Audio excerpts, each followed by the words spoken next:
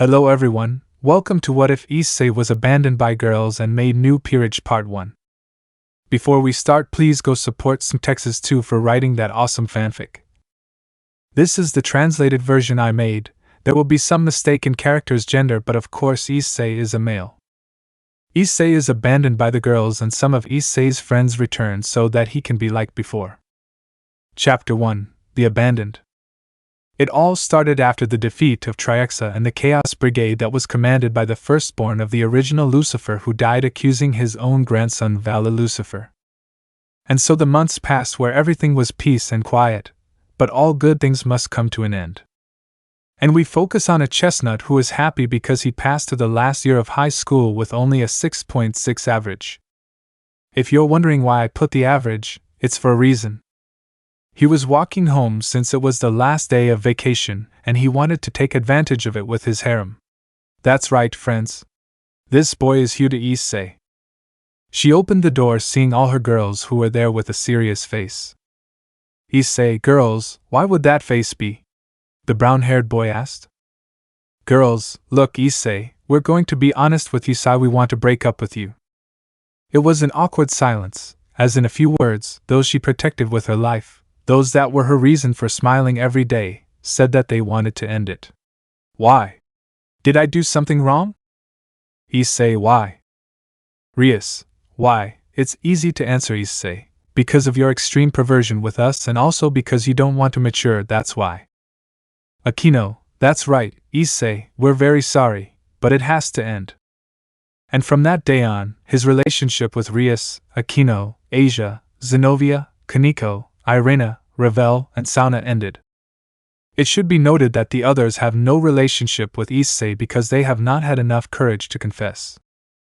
3 months later. Narrates Issei. It's been 3 months now, and it still hurts me that they're leaving me. I spend my time crying every day when they come home from school. We just live as if we were exchange students. They barely speak to me anymore, and it seems like they've gotten over me since they've each found new boyfriends. As is the case of Sona and Asia, who now has Saji as a boyfriend. That really hurt me to see my best friend with my ex-girlfriends, and it is also the case of Zenobia, who has Kiba as a boyfriend. The truth is, I don't know what to do anymore. My portion average was low and now it's through the floor, and Drake told me that if I continued like this I would get a disease called Dragon Fall. End of narration. Now we focus on a room where a Volto is seen in a large bed alone. Until the sun's rays come through his window and hit a chestnut tree in his face. He, very annoyed, gets up and sees the time, which is 7:10. He got up and went to the shower. After that he went downstairs to have breakfast and made himself eggs and bacon, since ever since the girls broke up with him they no longer make him breakfast, and now he has to make it himself. Already finishing, he went to the academy. When he arrived he saw that many students were already arriving, but his gaze focused on certain blondes who were kissing. These were Asia and Saji. He dissimulatedly left his classroom because he did not want to see that scene and realized that when he saw them a tear ran down his cheek. Chapter 2, I'm Back Part 1. Issei, upon entering the academy, went to his classroom and sat in his place. After that the other students came in, and then the teacher came in, giving way to the classes. 4 hours later. Break time came and he went to the cafeteria for something to eat since the girls stopped making Issei's bentos 2 months ago. He bought a ramen and went behind a very old hall that had instruments, and said, "Music Club," and another sign said, "Closed." He didn't give it much importance and started eating. After that, about 20 minutes passed where the bell rang and he left.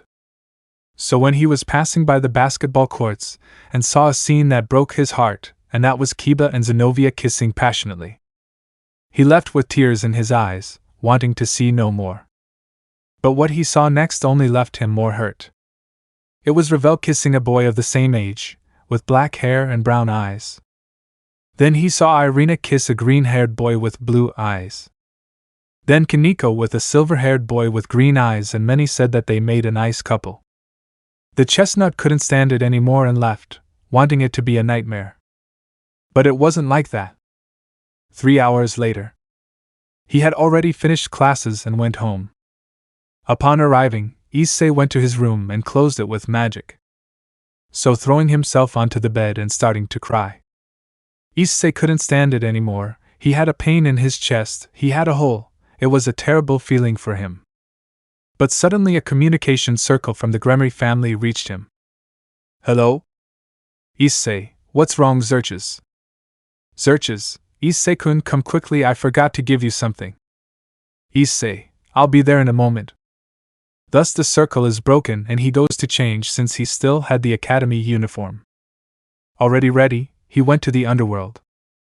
Lucifer Castle. At the entrance door a magic circle was formed, giving way to Issei. Issei knocked on the door. A silver-haired maid came out. It was Graphia Lucifuge, the Mao's maid and wife. Issei, hello Graphia. Graphia, hello Issei-sama. Issei, my name is Xerxes. Graphia, like this. Taking him to Xerxes' office. When he arrived he asked you to sit down. Xerxes, you know why I called you. Issei, no. Xerxes, you already know that we made you a high-class demon a long time ago. Issei, yes. Xerxes, but we didn't give you the chess pieces and that's why Ajuka is waiting for you in his castle. Issei, I see, then I'll go get them. Xerxes, but before you go, tell me how things are going with my sister. Issei tensed up as Xerxes didn't know about his breakup with Rias. Issei, I'm going to make you honest. Telling everything about his breakup with the girls, that they had other people. This left Xerxes stunned. Xerxes, I'm sorry, I didn't know, sorry Issei-kun. Issei, it's okay, it still hurts a lot, but I have to go. Xerxes, okay. So Issei left with Ajuka. A magic circle forms outside the Beelzebub mansion which belonged to Issei. This one gave way to a maid with a desirable body. Maid, hello Issei-sama, what brings you here? The maid said. Issei, I came because Lucifer-san sent me to tell Ajuka something. Maid, please wait a moment. 5 minutes later. Maid, come in, she's waiting for you in her laboratory. This step is to head to the Mao's laboratory. This friend sees the Mao with a microscope. Ajuka, what brings you here, Issei? He said, continuing with what he was doing. Issei, Xerxes told me to make me an evil piece set, since I wasn't given one when I was given my high-class devil title. Ajuka, true, just give me a sphere of your power and I will give them to you in about an hour. Issei, yes, it's here. He gave him the sphere so that it could start working and after an hour it was done. Ajuka, well, Issei, here it is, he said to give him the evil piece set, which had a black dragon in the middle and the rest was pure white. Ajuka, and how do you see the design? Issei, honestly it's great, I really like the color of the box and the dragon makes it look cooler. Ajuka, and what are you waiting for, open it. He did as he said and opened the chessboard and from there came out the king piece which entered it, as if its power called it. This left the Mao surprised since this had never happened before, with any demonic house, much less with the most powerful in the entire underworld. Issei, thanks Ajuka, I have to go, we'll talk later, he said and then left. The Mao couldn't articulate a word since he wanted to investigate that unusual phenomenon, but Issei had already left, but he would call him later. Somewhere else. So the plans went wrong and they will arrive in 3 months, said a young man holding a Xiaomi Note 10 cell phone to his ear. That's right, but you better go ahead since you're closer, right? Said the other guy. I am currently in Tokyo and it will take me almost a month to get to Kwa, since I have to gather the money needed to get there, as I forgot the money in my room. Ha ha ha, better tell us where it is and we will send it to your account. No, you better use it to get there faster, it's under my bed. Thanks brother, maybe we'll arrive earlier than expected and when you arrive tell Issei that I want a rematch. Ha ha ha, I know, I'll say it, see you, he said to hang up the call. We'll see each other soon, Issei, my brother. Chapter 3, I'm Back Part 2. Issei after that, began to look for members for his peerage, but he could not find anyone, since some were lazy or only wanted to join for convenience. Since he was the security, they knew that they had his protection and for his wealth, since everyone knew that he had a channel in the underworld, which gave him more than necessary. Note: Issei is the one who has full control of her program. After they gave her her pieces, a few weeks later her parents arrived from their trip. He and the girls told her that they had ended their relationship and that they would live as exchange students, but they would continue to treat them as their parents. They were surprised, so they did not get angry for being honest with them. And so the days passed where the girls introduced their boyfriends, where Issei's parents became fond, correct me if I'm wrong, of the boys, leaving Issei aside, and in one of those they said that they were like the children they never had, that they were much better than their useless and perverted son. After that the girls introduced themselves to the entire supernatural world as the Gremmery's boyfriends, so this had many reactions. Half of the supernatural world did not accept her, and the other half said that it was the best for them to be with a useless pervert. They had already forgotten what he did in these years. Leaving aside both the faction leaders and their friends, the only ones who paid attention to them were Azazel, Ajuka, Yasaka, Penemu, Sarah Fall, Elmenhild, Gabriel, Ingvild, who were the only ones who cared about the brown-haired boy. Matsuda and Motohama put it aside, as a new first-year student said he had new tricks to spy on the kendo girls, so they paid attention to him, and no longer paid attention to Issei. Note: Issei was in second year along with the church trio, and Rias and Akeno were in third year of high school, and when they went to college, Issei and the others entered third year and Gasper entered second year. And to top it off, they left each other for less than a few weeks. Those were what they called friends, is what they always said in their minds. But I knew I had to control myself since I had to hand in Ko's university exam. I hand this in and I barely managed to get through. At this moment the chestnut was arriving home, analyzing everything that happened this month. First, his so-called friends left him for another boy just because of his tricks and for being more perverted than him. But the brown-haired boy only had one thought in his head, and that is that whenever they made noise they were no longer there, so they just used him, so they wouldn't have to beat them up. Then you had in mind that his parents traded him for some boys who barely knew him, and also the supernatural beings. They left him aside, they forgot what he did these years. With his parents it was already customary to leave him aside, since they did it years ago, but he doesn't remember anything. He stopped analyzing what happened and began to change, because today was the day he would visit a friend. He just finished changing and went to some flowers that they were selling. And he went to the cemetery. He spent a good time to find who he was looking for, and he found him. There was a tombstone there, as you said. Here rests the body of the hero, friend and beloved, Vala Lucifer. Ex-Hakuryuku. 2001 to 2018.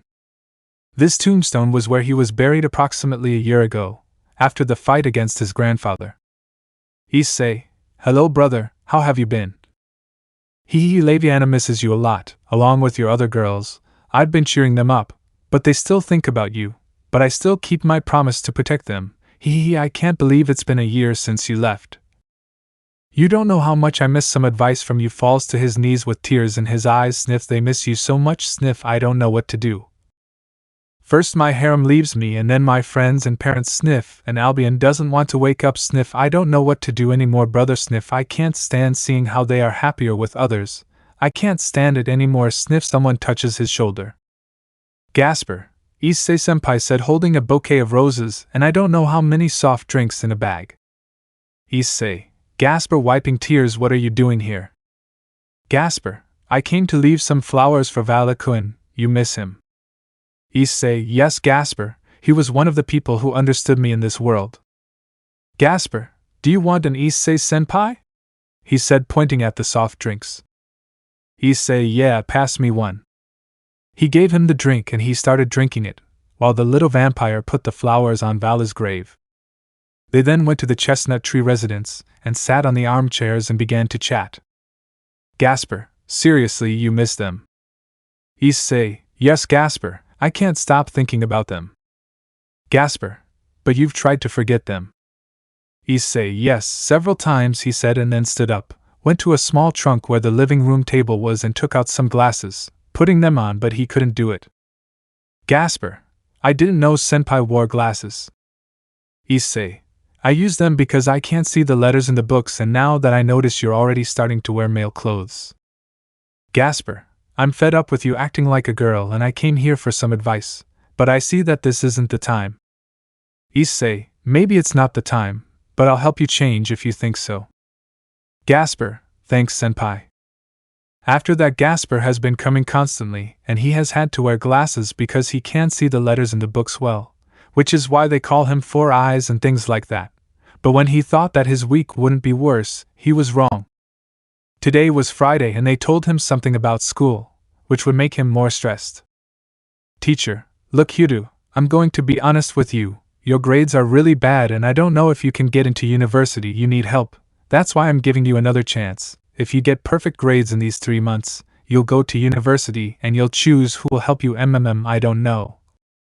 I'm asking Kates or Murayama or even Asia for help, but from now on you have to hand in all your work perfectly. Issei, hey. After that, they left the academy and Issei and Gasper went to the brown-haired boy's house. Already inside.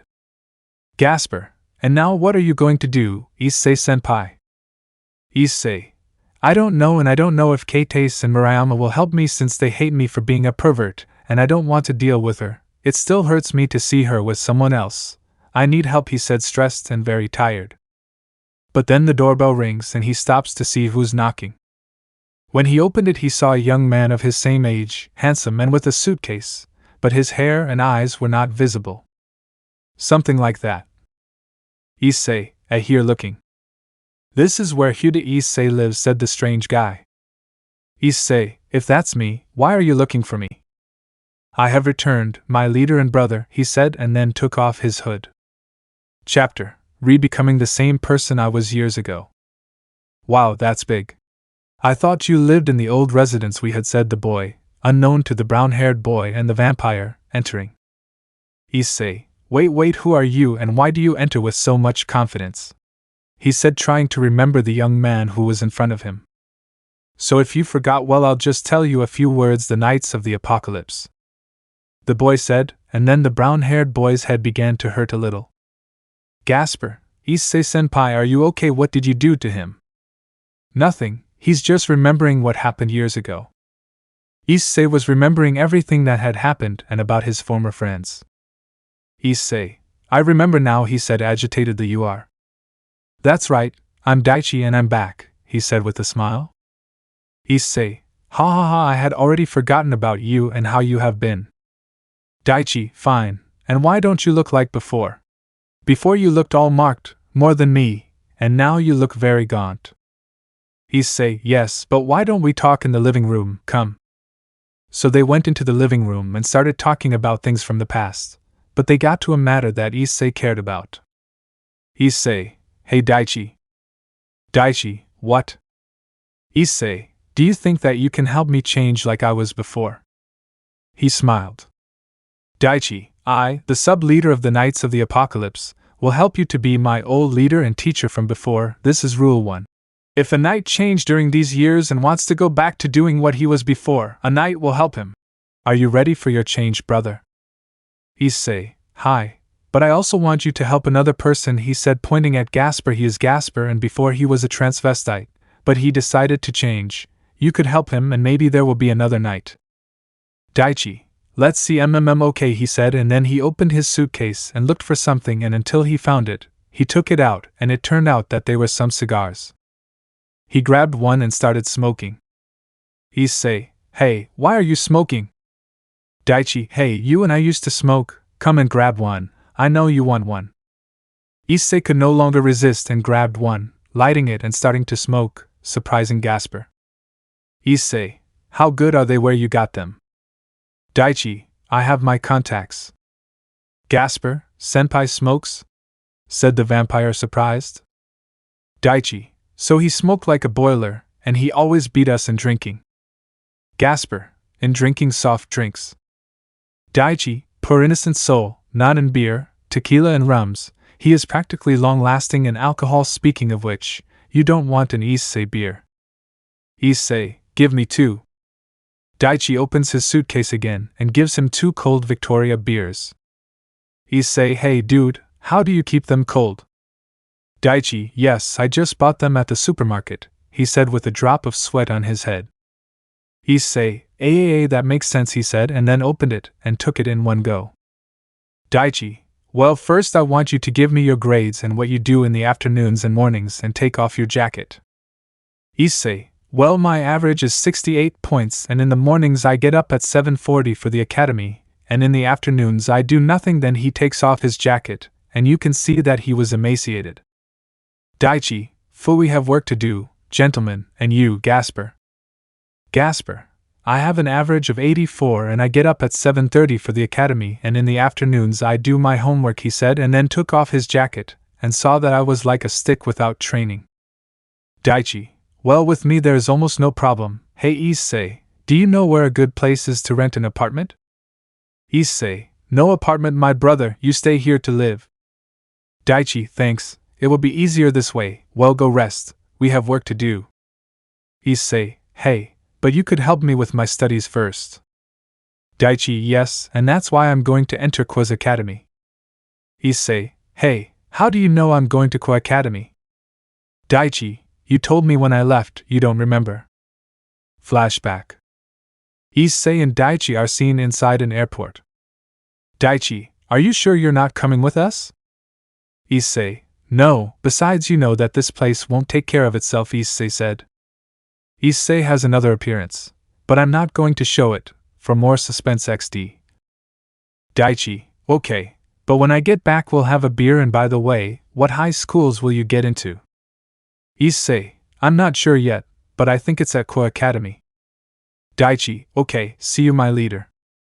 Issei, take care and come back soon, he said to his friends. End of flashback. Issei, yes, I remember now. Daichi, then first I will make you recover the ability you had before, and then I will help you with the subjects. Issei, okay, come, I'll show you where you're going to sleep. They walked through the big house until they reached the room. Issei, look, you'll stay here, he said, opening the door and seeing that the room was big, apparently too big for Daichi. Daichi, good, and where's yours? Issei, mine is in front, and if you want something let me know. So they entered their rooms.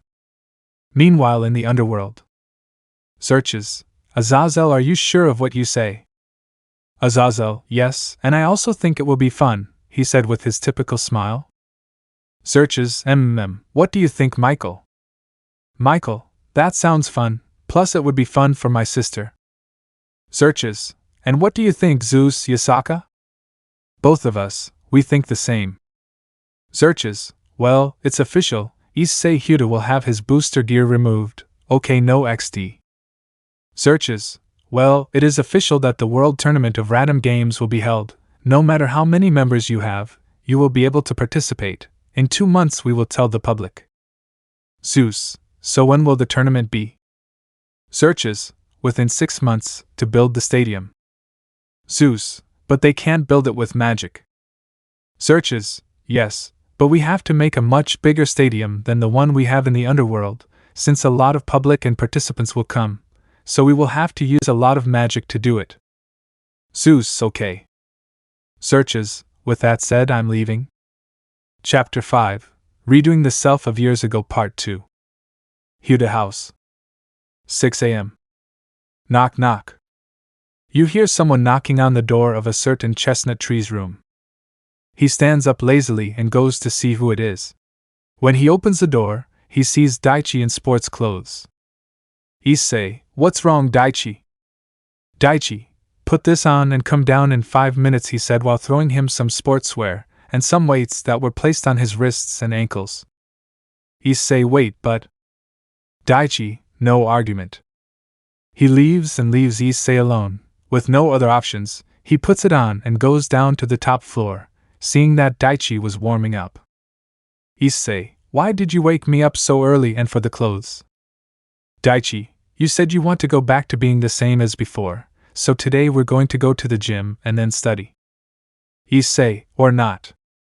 Daichi, or yes, he said, and then saw that Issei wanted to escape, but he grabbed him by the ankle and dragged him.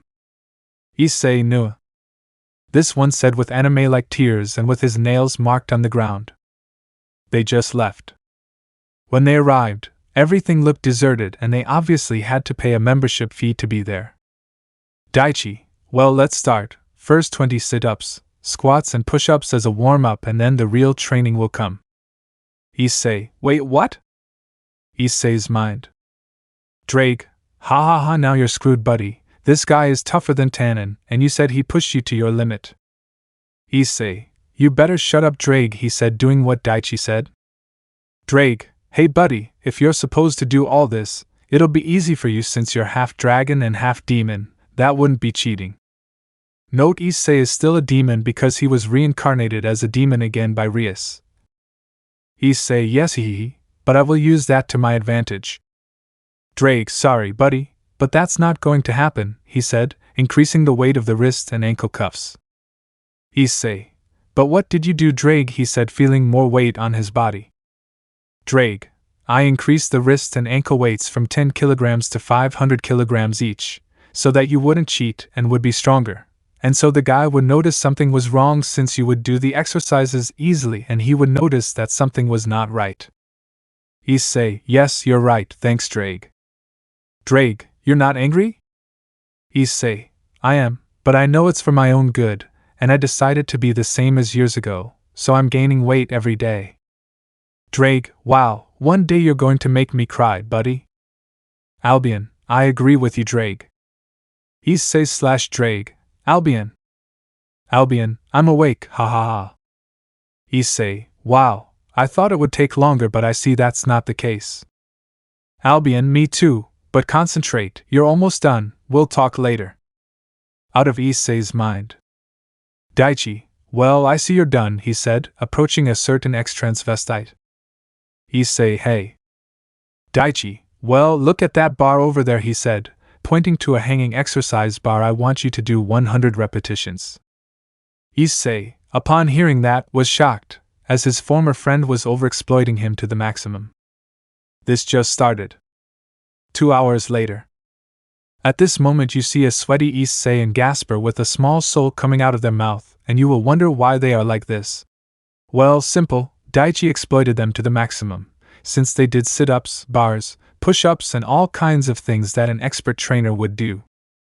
Daichi, well, that's all for today, he said, wiping sweat with a towel and drinking an energy drink. Well, Issei, you come with me and you Gasper go take a bath. Gasper agreed and left, leaving Issei and Daichi alone. Daichi, okay, Issei, come with me, he said with a backpack in his hand. They walked to a hair salon, one of the closest ones. Hairdresser, good morning, young people, what do you wish? She said with a blush for Daichi. Daichi, we came because my friend here wants to get his hair cut, he said so that Issei could walk in front of him. Hairdresser, okay, come over here, she said so Issei would sit in a chair. And what cut do you want? Daichi, well, cut it like that, said Daichi, pointing to an old cut that they had at the hair salon, but that was very popular, because it was modeled by a very handsome young man, who looked like Issei. The hairdresser agreed and began to remove her hair with the scissors. Notes, Issei had not cut his hair because he did not like it. When she finished, the hairdresser couldn't help but blush, as Issei looked more handsome than he appeared. The hairdresser couldn't believe it. The young man who cut her hair looked like garbage compared to the other, but she realized that it wasn't like that. Daichi, thank you very much, he said, paying the hairdresser and leaving with Issei. But many don't know that this is not Issei's true appearance, but rather that of the young man who was his model at the hair salon. Ha ha ha, suspense, you are already very anxious, right? So wait, the cool part is coming XD. After this, Issei and Daichi went to their house and they took a bath of the many they had. When they went down, they heard someone ring the bell and Issei went to open it and found Gasper standing at the door. Issei, hello Gasper, what are you doing here? Gasper, Daichi-senpai invited me to eat. Daichi, and that's it, come, I'll prepare the food. They went to the kitchen and he began to prepare dinner. 30 minutes later. Daichi, well, here you go, he said, placing 3 plates on the table that smelled very good. Daichi, okay, which one do you want? Issei, the truth is that everything becomes delicious, but I think I'm going to want the shrimp. Gasper, I'll have the soup. Daichi, well, here you go, he said, and then they took their first bite and were stunned. Well, the dishes were exquisite, and you could also savor the ingredients and the food at the same time. This, in his opinion, was as if a god had blessed his palate. Gasper, senpai, this is really good. They would seriously pay millions to try your food. Issei, yeah, I can't believe you've improved all these years. Daichi, well, I started cooking since when I was with you lazy bastards. They didn't want to get up to make food, and to top it off, you only ordered fast food, or don't you remember, Issei? Issei, yes, I remember now, he said with a drop of sweat falling down his neck. So 20 minutes passed and they finished eating. Daichi, okay Issei, Gasper, come with me, fix getting up from the table. Gasper, huh? Where to, senpai? Daichi, just follow me. So they left the house and Daichi led them to a library. These were received by the gaze of the women who were there, and let's say they were not at all holy. This later included bringing books on quantum physics, biology, first-degree equations, and all kinds of mathematical topics, and also all the topics you need in university. Issei was stunned as he was told that he had to study all of that in just 1 month. Gasper was going to make fun of him, but Daichi told him the same thing. And so they began to study for hours and hours, and when Daichi came he would give them equations and all kinds of things, and when they made mistakes he would hit them on the head with all his strength. This went on until the whole afternoon passed and they returned to eat and then go to sleep. And so it was the next day where they trained and studied, until Monday arrived. For Issei it was hell, since when he went to train Drake would increase the weights by at least 500 kilograms to 800 kilograms and more with Daichi's training and studies. But they continued with the same thing on Monday. They got up at 6 a.m. and went to train, but what Issei didn't know was that an ability had returned and it would make him smarter than the entire academy together. They had already had breakfast and prepared for the academy, and so they left, but on the way they had met Gasper, so they went together to the academy. So they arrived and entered, not expecting the screams of the women. Kaiya. Girl 1, look at those 2 hotties, and Gasper-san came with them. What Kagure said this to her friends who didn't think about unholy things. Girl 2, and look at the one with blue hair, you can see that his uniform is tight on him. Do you really believe that those muscles are real? She said, biting her lip. Girl 3, I do believe that. Hey, you can't tell that boy his name, she said, begging me to go ask him his name. Asia, okay, but Zenobia-san should come with me. Zenobia, okay, she said reluctantly. These were where the boys already touched Daichi's shoulder. Asia, question. Daichi, yes, tell me, what is your name? He said without a hint of nervousness.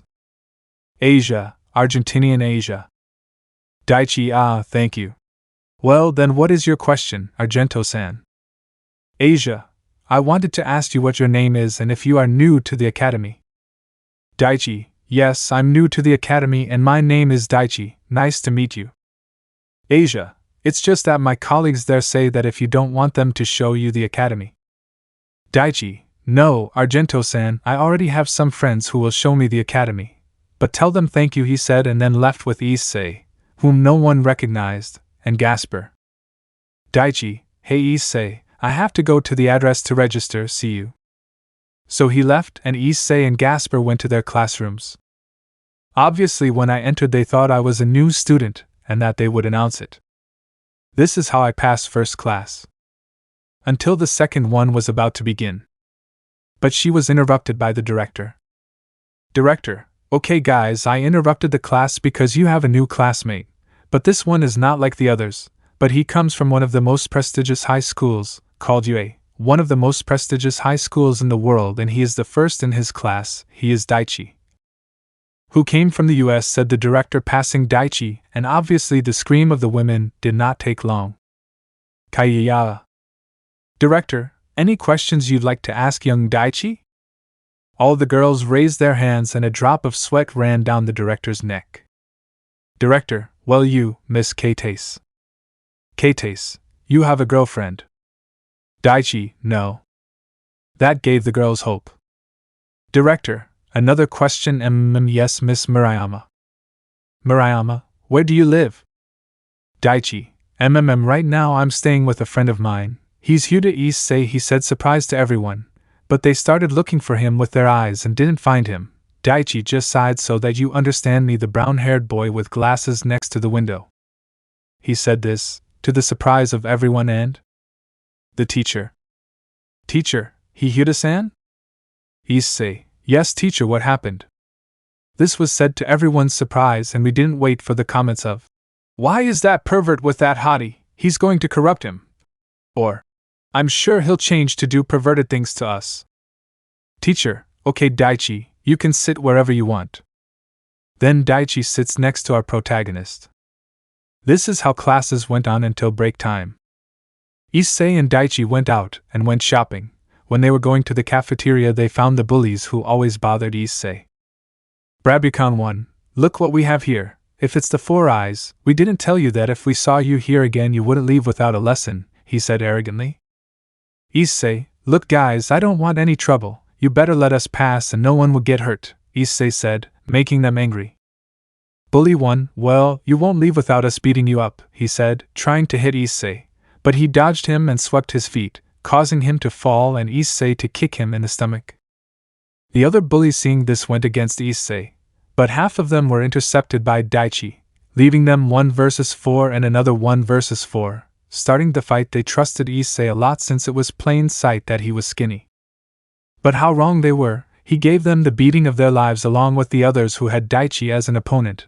The last bully pulled Issei's shirt, causing the buttons to break and exposing his semi-formed body, making the women who were there blush. Brabucon 2, who are you? Daichi, no one in particular, just one of the Knights of the Apocalypse, he said, but he was heard by a certain blonde from the church. He hit him on the chin, causing the bully to fall unconscious. Issei, with the last button he had left, buttons it up and goes to the cafeteria and buys an instant soup, and Daichi, like Issei, buys a soup and they go to their classroom. Daichi, hey Issei, you know where there's a room where I can practice, you know, that's what this mysterious guy said. Issei, yes, in the old music room. Daichi, okay, we'll go there when it's club time and tell Gasper too. Issei, okay, I'll send him a message. So they ate the soup and then classes started again. When it was time for the club, they headed to a place where no one would see them, but a certain perverted brunette from the news club was stealthily following them. When they arrived, they broke the lock and Aika began recording. Aika, hello, how are you? I'm Kiri Aika, one of the members of the news club.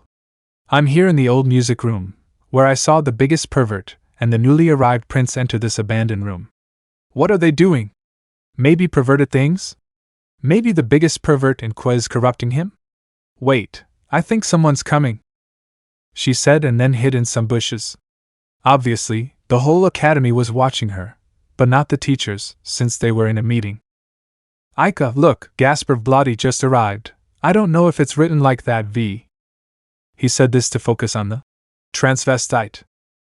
You can see that he knocks on the door and someone opens it. Chapter 6, Redoing the Self of Years Ago, Part 3. After Gasper entered, Aika approaches and opens the door a little, seeing the three of them, and she remains silent so that everyone can hear. Obviously, the whole academy was paying attention to this, but they didn't give it much thought and began to listen and see what the three of them were doing in that old room. Daichi, okay, Issei, go up and see how rusty you are, he said, so he could go up on stage and grab a microphone, while Gasper sat down to watch the show. While Daichi takes out an electronic music system from his backpack and takes out a keyboard from the instrument storage that was there. The keyboard was not very modern, but he passed, and then puts on some headphones. Daichi, all set, start. Issei grips the microphone tightly, as if he were nervous. Issei, I have a dream. That's all I need. He said this sounding very out of tune, causing Gasper to cover his ears. Daichi, stop, he said this one and then took off his headphones. No dude, you sing like crazy, he said this one. Sorry, I can't help it, V. Issei, I know, I'm just very rusty. Daichi, come on, play some music, he said, pointing at the stereo, and he went. Daichi sat next to Gasper, and they watched. Issei starts playing some music and it sounded more than out of tune. He was making so-called music, but in reality it sounded terrible. Daichi, wait, No more, leave it like that, you're really rusty. Look, I'm going to teach you what I learned from you. Daichi, Gasper, look, go where it says control room and put this where it says lights, he said, giving him a headphone jack, and then come right away. He hands over the stereo and takes off his jacket, showing off his well-formed body. Blushing Aika and all the women who were watching the high school news and the hateful gaze of all the boys. Daichi, well, let's start, he said, and then he saw Gasper come back and sit next to Issei on some old chairs where they were sitting. And without further ado it began. As soon as the music started, his distorted voice could be heard, and when he started playing all the dust rose since all the equipment was connected to the audio equipment, causing the buffers to shake the entire building. Everyone at the academy is more than surprised. They couldn't believe that the new kid would do such a thing, and his music was great, more so because of the control and rhythm he had at all times. But the detail is that he had deafened Issei, Gasper and Aika. He himself was deafened. He was exhausted, not only because of that, but because he had to be in complete control and he didn't know that the audio was at full volume. Daichi, wow, now I really did it, he said, looking at the whole building with all the dust in the air. Gasper, that was impressive, Daichi-senpai, he said with stars in his eyes. Issei, that was spectacular. I still can't believe you're the crybaby I met years ago. Daichi, and I can't believe you're that cool guy I met back in the day. Issei, what did you expect? You change over the years. Daichi, well, we have to go since we will reopen this club and we will return in a month to rebuild it. Just like that, they grabbed their stuff and were walking out of there. But Aika got nervous when she saw them coming towards her and quickly ran into the bushes. In the occult club, and Asia was searching a laptop for the supposed Knights of the Apocalypse, because she was curious and decided to look for them. In that, a magic circle belonging to the Gremory clan appears in the club, leaving there nothing more than Rias and Akeno. Asia, who had not noticed, continued searching. Rias, hello Asia. Asia, hello Rias Wanisama, he said, it's unimportant. Akeno, wow, it seems that Asia is looking for inappropriate things. Juju, she said it was to bother Asia, which worked. Asia, and no, it's not that, Akeno-san said, she is stuttering. Rias, so, what are you looking for, Asia? What has you so focused? She said, standing next to her. Asia, I'm looking for something that caught my attention, since a boy said he was one of the Knights of the Apocalypse. Akeno, she said that because her imagination must be very big, and maybe she said that to give herself motivation, she said, rolling her eyes. Asia, but some information already appeared here, he said. He is pointing to only one information window, and apparently it was the only one, since he put the Knights of the Apocalypse of Qua. Akeno, aver, she said, she is surprised to see that there was information that doesn't prove anything. Asia, she said, she is disinterested, but deep down she had a lot of doubts about who they were. Asia, let's see, he said. He's clicking on the information window. Here it is, let's see, it says the so-called Knights of the Apocalypse was an ancient organization that protected the city of Qua. It was captured by having 11 people who had shadows coming out behind them in the form of knights, which is why they earned their name. By not having an enemy, what defeat, no matter if they were armed or had martial arts practice, they were always defeated, he said, like this, so that later the page would not have more information. Rias, that's all, there's no more information. Asia, it doesn't seem like that's all. Here's something, it says. This information was leaked by Aika Kiryu. Surely it's there so the girls would get more intrigued. Rias, so she was the one who leaked the information. Asia, I think I'll ask Aika-san about this topic tomorrow since Rias Wanisama came. Rias, we came to visit you, since nothing interesting is happening at the university. Asia, I see, and how are you doing with your boyfriends? Akeno, mine is great, we go out and he pampers me a lot. Asia, and how about you, Rias Wanisama? Rias, this is going SOSO with mine, she said nervously, since she had actually broken up with him a month ago. Chapter 7, The Real Issei is back and Rias breaks up. A month ago. We see Rias walking through the park because she was going to meet her boyfriend today. She is already arriving and sits on a bench. About 20 minutes passed since Rias was waiting for her boyfriend, and she, already frustrated, decides to call her boyfriend. But suddenly she sees her boyfriend arrive very agitated. "Ryu, sorry for the delay. I was stuck doing something at school," he said. "Rias, don't worry Ryukun, and well, why did you invite me here?" "Ryu, well, I asked you out, because I wanted to know if you had a date with me." "Rias, yes, why not?" "Ryu, excellent, tomorrow at 5:30. So this one left. The next day, Rias is seen wearing a red skirt that highlighted her curves and legs that left nothing to the imagination, along with a sleeveless shirt that revealed her enormous breasts. She was waiting for her boyfriend because they agreed to be there at 5:30, and it was already 5:45. She started to get angry because her boyfriend was not punctual like he was 2 months ago. It was almost 6 o'clock when he heard someone familiar. "Issei, come on Gasper, so you say you want to be a man, run like one." Gasper, yes, Issei-senpai said this to run faster. Rias saw this and became upset as they were overexploiting one of his pieces. But she was interrupted by a young man with light blonde hair. Rias, I didn't make you wait long, did I?" Rias, no, I just arrived, she said, irritated because I had to wait for her for half an hour. They just left, but what she didn't notice was that the bishop saw her and didn't say anything. Gasper, so I see that you care more about your relationship than your own family. Rias-senpai, he thought, and then a tear fell down his cheek. Issei saw this and stopped him. "Issei, Gasper, are you okay?" he said, noticing that the little vampire was crying. Gasper, no senpai, I'm not okay. After you ended your relationship with Bucho and the others, they began to forget me and leave me behind. The only thing they care about is their relationship, and now they don't train. They just talk about their perfect boyfriends, and when I ask them for help they just ignore me, he said, shedding tears. Issei, I see, he said so that he would pat him on the back. Don't worry, you'll see that they will regret it. And so they continued with their training. With estuaries. She and her boyfriend went to eat, to the amusement park, to the movies and other typical places on a date. But when Risa was going to leave for the Huda house, she was stopped by her boyfriend. Ryu, laugh, why don't you stay with me tonight? It's getting late, and I don't want anything to happen to you, he said with good intentions, or so it seemed. Rias was thinking about it, and accepted. They went to Ryu's house. It was not very big but acceptable, and they entered. Rias put her things on the couch and went to see in the kitchen if there was anything to drink, but she didn't find anything and instead went to her boyfriend's room to sleep. But when she entered, was there no one there? She sat up in bed and heard someone lock the door.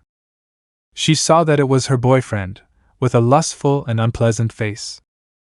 For some reason he felt fear when he saw that face, and something warned him to run away from there. Ryu, laugh.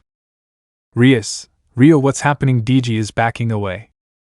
Ryu, today I will make you mine, Rias said this one cornered in a corner of the room. Rias, wait, Ryu, what are you saying? Ryu, I'll make you mine and no one will be able to stop it. He said this to tear off her blouse and show her black lingerie bra.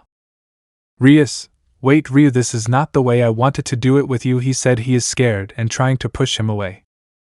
Ryu, I'm sorry, but I'm not going to hide it, he said with a lustful smile that would disgust anyone. She was going to defend herself, but he put an anti-magic seal on her. Ryu was about to grape her, and she had no choice but to resign herself. She had tears in her eyes. She didn't want it to be like this, but apparently he had it all planned. She was just thinking that someone would save her, that someone would help her, but at that moment she thought of a chestnut tree, which she had left behind, and she just said in her mind, Rias, Issei, help me. But when he was about to put his insignificant member in her, something unexpected happened. Ryu was struck by lightning from a magic circle, knocking him unconscious. It was the circle of whales. This one disappeared, but on the neck of the estuaries a dragon mark was formed. She is surprised, and taking advantage of the fact that she could already use magic, she puts on some clothes and goes into a magic circle. After that she broke up with her boyfriend. Present. Occult Club. Rias is guided by thoughts of how Whale's magic circle appeared when she was going to be raped by her ex-boyfriend. But a certain blonde brought her out of her thoughts. Asia, hey, Wani-sama, Can you accompany me to see Aika-san finishing classes? Rias, it would be nice to distract myself for a while. Hey Asia, but why? Asia, I told her about what happened yesterday, and she was a little shocked. Flashback. Asia, hey Aika-san, can I ask you something? Aika, yes Asia, what happened? Asia, you gave the information of the Knights of the Apocalypse, this page said to show a web page. Aika, that's why. Asia, you asked me to tell more about them, please. Aika was shocked by that, she didn't know Asia was interested in that. Aika, meet me after school at my house, she said it would be. Asia, hi. Chapter 8, The Real Issei is Back Part 2. Huda Residence. Asia and Rias are seen dressed and ready to go to Aika's house. They were walking through the streets until they heard some screams. No, please, no, have mercy. You had mercy on those women, right? Now die. No blag. After hearing that, they pretended not to see anything. They arrived at Aika's house and knocked on the door. It wasn't long before she opened it. Aika, Rias Wani-sama, what are you doing here? Rias, she's coming to accompany Asia-san. Aika, okay, come in, she said, and then she went in to see that there was no one in the house. Asia, your parents are not here, Aika-san. Aika, no, they went somewhere else in Asia, so they won't be there. They arrived at their room and saw that everything was off, but suddenly they turned on the light, seeing that they had several photos of some hooded subjects. Asia, what is this, Aika-san? Aika, this are the Knights of the Apocalypse, she said, rubbing herself against one of the posters she had, drawing a drop of anime-like sweat from the girls. Asia, and what does this have to do with what I asked you? Aika, what does it have to do with it? What does it have to do with it? She said, she is screaming well, all of Asia. Look, sit down, she said. Why would these two sit down? They were the protectors of all of Kwa or all of Japan. When they appeared, they put a stop to all the criminals in the city and the entire country. They not only had the police on their side, but also the CIA, FBI, and even the UN. It was rumored that they were not only mercenaries, but the police gave them a large amount of money to catch criminals, alive or dead. Asia, and the thing about the shadow alone is a lie. Aika, no, what you say is true. When they went on a mission, a shadow always appeared behind them. It didn't matter if the subject had martial arts or weapons practices, they always came out winners. Asia, and why they were named Knights of the Apocalypse. Aika, that was because it is rumored that they were knights in every sense of the word, and the apocalypse was because when they went on a mission, the criminals saw the apocalypse before them. Asia, and how many of them were there? Aika, it was said that there were 11 in total, but the most dangerous of them was their sub-leader and the leader. Since when they arrived, the real massacre began, and that is all that is known. Asia, thank you, Aika-san. With your permission we will leave, she said, bowing. Aika, there's no need to say Asia. That's where they left. When they arrived, Akeno asked them how it went, and they told her what Aika told them. She was surprised by what was said.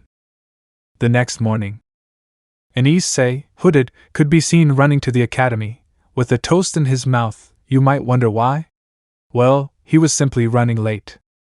He was going at full speed, but he didn't notice who was in front of him, and crashed into a very pretty girl with brown hair and a good body.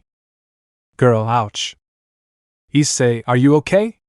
He said, standing up quickly. Girl, I didn't even notice where I was going.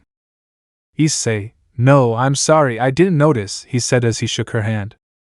Girl, don't worry, she said, taking his hand. Issei, well, I have to go. Sorry for what happened, he said, bowing. Girl, before you go, what is your name? Issei Hyudoing you. Girl, my name is Akira. Issei, what a nice name. Well, see you, Akira. So it took its current course. This one, because he did not look closely at the clock, arrived earlier than ever. When he arrived, he saw that everything was completely empty, and he asked an elderly gentleman who was passing by. This gentleman answered, and he realized that he had arrived much earlier. Then he came in and went straight to his living room. When he arrived, he went to his seat. He was going to sleep for a while, but it occurred to him that he was going to do a little calculation. He provided the mathematical exercises, which were first-degree equations. This made one more difficult than the other overall. This one started making them. But he didn't realize that a teacher was watching him. When he revealed the result, it surprised the teacher, but he slipped and made Issei erase everything on the blackboard, and the teacher just left in silence. After half an hour, the students began to arrive and classes proceeded as normal. But after the third class, he had to face the teacher who spied on him, which was a math class. Teacher: Okay, students, I have an announcement to make. There is going to be a math and quick thinking contest in Kwa, and I need a student to represent Kwa, and the school that wins will go on a trip to Tokyo. Master, what are you saying, young man? He apparently said to Murayama. Murayama: But I wouldn't have time since I'm the leader of Ken's club. But she was interrupted by the teacher. Master, I wasn't talking about you, Murayama-san, I was talking about Issei. What? Kates, why him? Teacher: Look, Huda goes to the blackboard. This step, and the teacher gave him an exercise. Teacher: Do it. Issei: Okay, he said, bored and still with his hood on with a face mask, but he did it so fast that it surprised his companions. There it is, I can go sit down. Teacher: If you go to your seat, he said, so that he would leave and everyone would be watching. Look, Huda's intellect is very great, and not only did he answer everything correctly, but he also gave me all the work that he had left to give me, and he did it in just 1 month. So I chose him to represent the school. Hours later, a hooded Issei and Gasper with face masks and a Daichi are seen walking to the old music club. Daichi: I really don't know why they are covering up their new look. They have been doing this for 2 weeks now. Issei: It's better this way. Besides, we don't want to attract attention. Daichi: Sai, well, you're right about that. Here you go, he said, handing him a paper. Issei: This is... Daichi: Yes, it is the authorized permit to open the music club, but there is a program. Issei: And that is... Daichi: We have to do a demonstration of what we do at the music club. I have already confirmed that we will do it at the cultural festival. Issei: Okay, but don't you think we're going to fix this place first? He said, to see the music room falling apart. And it was all broadcast by a certain, perverted, chestnut. Chapter 9: Issei's glory has returned. 1 month and a half later. Issei, Daichi and Gasper were entering the music club, which had become dusty again, since they had not returned in a month. Issei: Go to this place if you need a fix. Daichi: I'll see. Gasper: But the good thing is that all the equipment is in good condition. Daichi: That's a point in our favor. Gasper: Let's see how the state of the chairs is. He said, to sit on a chair and hear a creaking sound, and then the chair breaks and he falls. Issei and Daichi were going to laugh, but they heard something else creaking and they saw how the wooden floor broke and he fell. Ah! Issei/Daichi: Ha ha ha ha ha ha.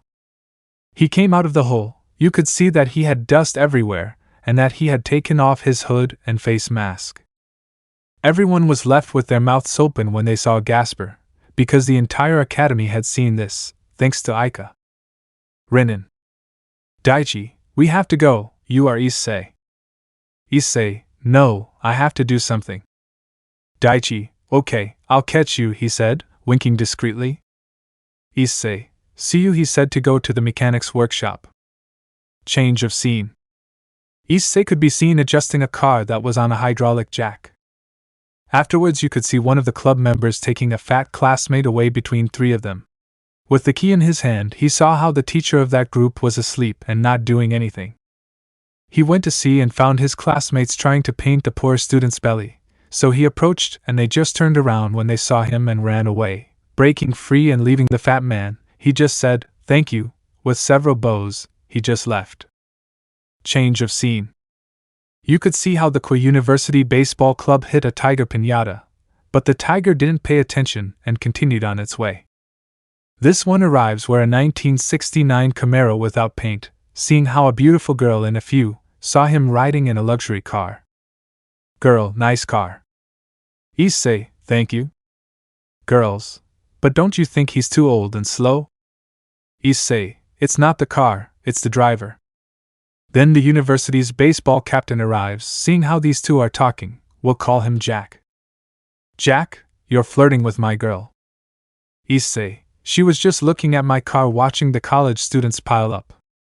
Jack, my grandfather's beetle would eat you dust, please don't risk it. Issei, but my dad didn't buy it for me. Yuh was heard throughout the parking lot. Jack, it's a beast, it has a huge engine and 450 horsepower and accelerates from 0 to 100 in 4.3 seconds. Issei, wow, you read the manual, he said, getting into the car and seeing how the girl laughed at him.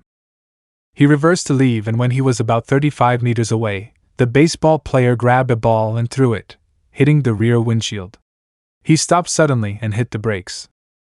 Jack, here I go, he said to see how he was doing with his friends.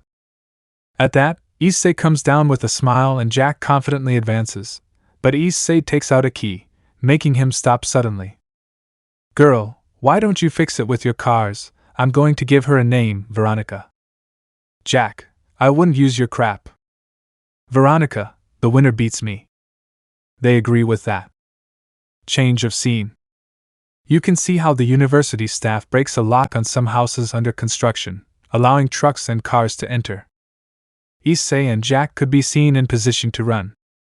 At that, Issei lifts his seat and some tanks could be seen that said Nitro. This was not noticed by anyone. Come on, Jack. The university students supported their captain. Jack, he won't be able to, haha, look, I'm going to scare him. Fun. Jack, he doesn't have a chance, he said again, revving his engine. Issei, your engine is not as big as your big mouth, he said, and then heard something that terrified Jack. Room. Its engine was monstrous. Ready now, he said, for a girl to throw away her bra. They accelerated, causing them to change speed quickly. They were on par, and when Issei was going to overtake, a van appears and blocks his way, causing Jack to take the lead. He quickly changed speed and overtook the van. He was gaining ground, so he changed speed again, causing his car to raise its wheels and start going faster. He quickly caught up with Jack, seeing him behind his rearview mirrors. Jack quickly changed speed and started going faster. Issei did the same and was already alongside Jack, but then he saw a curve and he changed speed and went faster. He put on the handbrake and turned around without complications. But Jack gave him a lot of problems, causing him to take a few baths and spilling everything he had inside. Issei was so far ahead that they couldn't catch up with him. But then, they were behind him and Jack hit him in a corner of the car, causing him to spin around and end up in last place. He quickly puts him in first gear and quickly goes to catch up with the cheater Jack. Jack was smiling mockingly as he watched in his rearview mirror how Issei was now going backwards. Issei just relaxed and something rattled on his steering wheel. Pff. It sounded like you could see the nitrogen hose expelling everything from a tank and going to the pistons, causing them to explode and go faster, and then see blue fire coming out of its exhaust pipe. He suddenly accelerated, causing Issei to tighten his grip on the steering wheel. Jack looked very confident as he saw the finish line, but saw how Issei's car easily passed him. Making this trick first. He quickly puts on the handbrake and does donuts. Jack, no, he said, so that he hit the steering wheel and got out of the car very upset, and his girlfriend got out of a van. Veronica, a promise is a promise. Jack, you earned my car and you earned my respect, he said as he handed them his keys. Everyone looked at him expectantly. Issei, take your car, your respect is enough for me, it's still lacking for my driving style. Veronica, and your main prize. Issei, I'm not interested in a relationship, besides them looking good together, he said to get into his car. Jack, what's your name? Issei, my name is Issei, he said to see how his hood fell and showed his brown hair. He puts it back on and leaves. Chapter 10. Issei's glory has returned and we're going to Tokyo. 7:46 p.m. Issei could be seen on a road with his car waiting for someone, but then he hears an engine and sees someone with a 1967 Ford Mustang who stopped in front of him. Ready. Issei, always. He takes out a cigarette and lights it. And you Daichi. Daichi, more than clever, and what happened to your rear windshield? Issei, long story. Time skip. 12:09 a.m. Issei and Daichi could be seen entering the Huda residence carefully so as not to wake anyone up. Daichi went to his room and Issei went to the kitchen. Estuary room. She couldn't sleep for a strange reason. Sometimes she was hot and sometimes cold. She put on a robe and was going to go down for a glass of water. But then she heard noise in the kitchen. She looked out and saw Issei looking for something in the refrigerator. She saw how he took out a beer and opened it with his hand. Then only one thought came to her: did Issei drink alcohol? But she could see his face since he had the hood of his hat on, and with the light from the spotlight she could only see his mouth. And she was surprised when he drank it in one gulp. He wiped away the last of the beer and went in her direction. She quickly hid and just watched as he left. She just wondered why he was leaving and went to her room. But she had several doubts in her head. Time skip. Issei, Daichi and Gasper could be seen walking towards the music club, and they entered and they were followed by a certain brunette, and she began to record. Daichi: okay Issei, let's try it one more time. Issei: okay. He said this so he could go up on stage and Gasper could go where the lights were controlled. Daichi: well started, he said so that everyone watching the broadcast would cover their ears. I have a dream. That's all I need. I'll make it happen with some work and belief. Know what I want. So I'll take it on. I've made mistakes, but mistakes make you strong. Let's break it down for a minute. I want the crown, I'm gonna get it. You hear me loud, man, I'm winning. Yet Charlie Sheen would be grinning. These ladies know that I'm sinning. And this is just the beginning. I'm closing in the 9th inning. There ain't no point in resisting. Living life like a dream. Live it right. That's the theme. Every night. Got a team. Mobbing tight. To the scene. Out on stage. Hear 'em scream. Okay. This the dream. And I prayed. As a teen. They want the best of me now. Best of me now. Best of me now. Best of me. They want the best of me now. Best of me now. Best of me now. Best of me. They uncovered their ears listening to her singing and were stunned when Issei took off his mask and hood, seeing a different Issei, more mature, more handsome, and a little bit of everything. And I won't rest in peace now, rest in peace. Now rest in peace, now rest in peace, now they want it, now they want it, now they want it, now they want it, now they want it, now they want it, now oh damn if they want it now, well they got it now. I swear to God, man, I'ma make it soon. Silence all the haters as they see us making, to see if I succeed, to see if I believe. They looking up to me, they want the best of me now, best of me now, best of me now, best of me. They want the best of me now, best of me now, best of me now, best of me. They want the best of me now, best of me now, best of me now, best of me. And I won't rest in peace now, rest in peace now, rest in peace now, rest in peace now. They want it now, they want it now, they want it now, they want it now, they want it now, they want it now, oh damn if they want it now. Well, they got it now. That's the song, so you understand it. 3. Everyone looked at him in shock. They couldn't believe that this already handsome young man was Issei, and to top it off, he only changed in 2 months. How was that possible? Daichi: okay, Issei, come and play some music. Issei went up to where the electronic music equipment was and started. If those at the academy were surprised, now they were with their jaws on the floor, as if going from out-of-tune noises to an amazing song. Daichi: good Juru, the real Issei is back and it feels like the same as before. Issei: it feels great. Daichi: and you, Gasper, how does it feel to be a real man? He said to see how Gasper was doing. Gasper: amazing, Daichi-san. Daichi: well, we have to go, since today is the contest to go to Tokyo and you can't miss it, Issei. Issei: Jum as optimistic as ever. So these ones left. Already in his classroom the teacher was waiting for them. The teacher and Issei went to the contest and left Daichi in charge of the classroom. 2 hours later. The teacher and Issei had already arrived at the classroom with their heads down, and the teacher giving them an announcement. Teacher: I'm sorry, he said to see how his students lowered their gaze and remained silent. I'm sorry that you have to ask your parents for permission. "We're going to Tokyo," he said to see how everyone started shouting with excitement. Chapter 11: The First Pieces and Trip to Tokyo. In ancient times it was believed that humanity was weak. When demons had half the human world at their feet, God became enraged when he found out, because he saw how women were raped by creatures that were orcs, vampires and demons, fallen angels. Men could only see how their women were raped and they enslaved them. God, seeing this, decided to create the sacred gear. They were tools for humans to defend themselves. But it did not work, so he decided to give humans the 13 Longinus. There were bloody wars in the human world, demons versus humans. Then it happened the demons managed to extract the sacred gear. They began to gain ground against humans. God, seeing that it did not work, decided to do something difficult. He could not intervene in the human world because this would practically lead to human extinction, and he had the fallen and demons constantly attacking. So it was decided and arrived that it was the only solution. He called his children, who were in charge of bringing about the end of time, or better known as the Knights of the Apocalypse, because they had such a powerful aura that they made Lucifer and Samuel tremble together.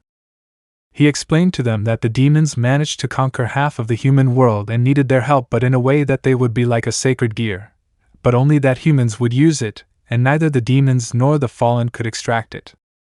They accepted and became shadows which had their abilities and aura. Their souls went to where today is known as England, where they had a warrior. The demons had captured the princess and the kings, which were the key to governing that entire vast territory. Then a boy who was a servant of royalty tried to rescue the princess, but failed. The demons, seeing this, decided to torture him. They called all their soldiers and an orc. The boy was being held by several servants of the demon who had conquered them.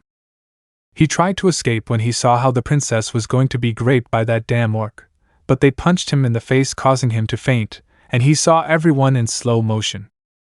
He is in his mental space until he saw something, and he saw how the princess was raped by that orc, and then by the soldiers. After that he was raped by the demons, and then again he saw how the princess was raped by that damn demon. He tried to cover his ears so as not to hear, but it was inevitable. Then he heard a voice. "This hasn't happened yet." "That? You still have time." "Who are you?" "Wake up, Arthur." "How do you know my name?" "Wake up and save it." He woke up and had a serious look. A shadow appeared to him and moved at an impressive speed that not even the demon and the orc saw when he already had the princess in his hands. Present. At this moment, the entire Class 3B could be seen celebrating because they were going to Tokyo. But two of them weren't celebrating, they just had a smile. "Daichi, ha ha ha, I knew you would win." "Issei, you doubt it." "Daichi, nope, after all you already have that." "Issei, you're talking about my beast adaptation ability, yes, but you know I don't need it for this." "Daichi, I know, but tell me how your martial arts are going." "Issei, it's easy, but if he was here it would be faster." "Daichi, I know, but don't worry, they will come." "Issei, this one puts on a serious look. Daichi, could you come to my room after classes?" "Daichi, what for?" "Issei, I have to tell you something important." Daichi sigh. "Okay." This is how classes went by until club time came, when they went to the music room. "Issei, this is a mess, let's get to work." Then you hear a materials truck pull up. "Issei, I see the order has arrived." Daichi, yes. Issei, okay, let's get to work. Gasper, how lazy. They began to work inside, making sounds of hammers, saws, and more. Then Aika came and hid. She saw 3 girls from the swimming club looking through the door and heard them say, "Issei, well, arrest." They went to the back and saw how the girls became discouraged and said, "I wanted to see more of those muscles, or I wanted to see Issei move that great body." Then, as if they were ghosts, they appeared behind them. "Issei, they know it's bad to spy on people." Daichi, and talk about it behind his back. They turned back like a rusty robot and turned blue. "Issei, you know what we do to people like you." Daichi, why don't we show them? He said with an innocent smile. Issei, good idea. Then these 2 pushed them into the living room, closing the door. Then strange noises began to be heard. Daichi-san, no, not there. I'm sorry I hurt you, Issei-sama, it hurts, Sorry if I hurt you, I won't be so harsh. Gasper-chan, don't move. Okay. Everyone is blushing and some of them have nosebleeds. Then you can see that the captain was going to enter, but she heard the strange sounds and blushed. With effort she managed to open the door and saw that they were playing Twister. She kept a poker face and saw how they were in somewhat compromising positions. She shook herself and still blushed. Captain N, what are you doing here?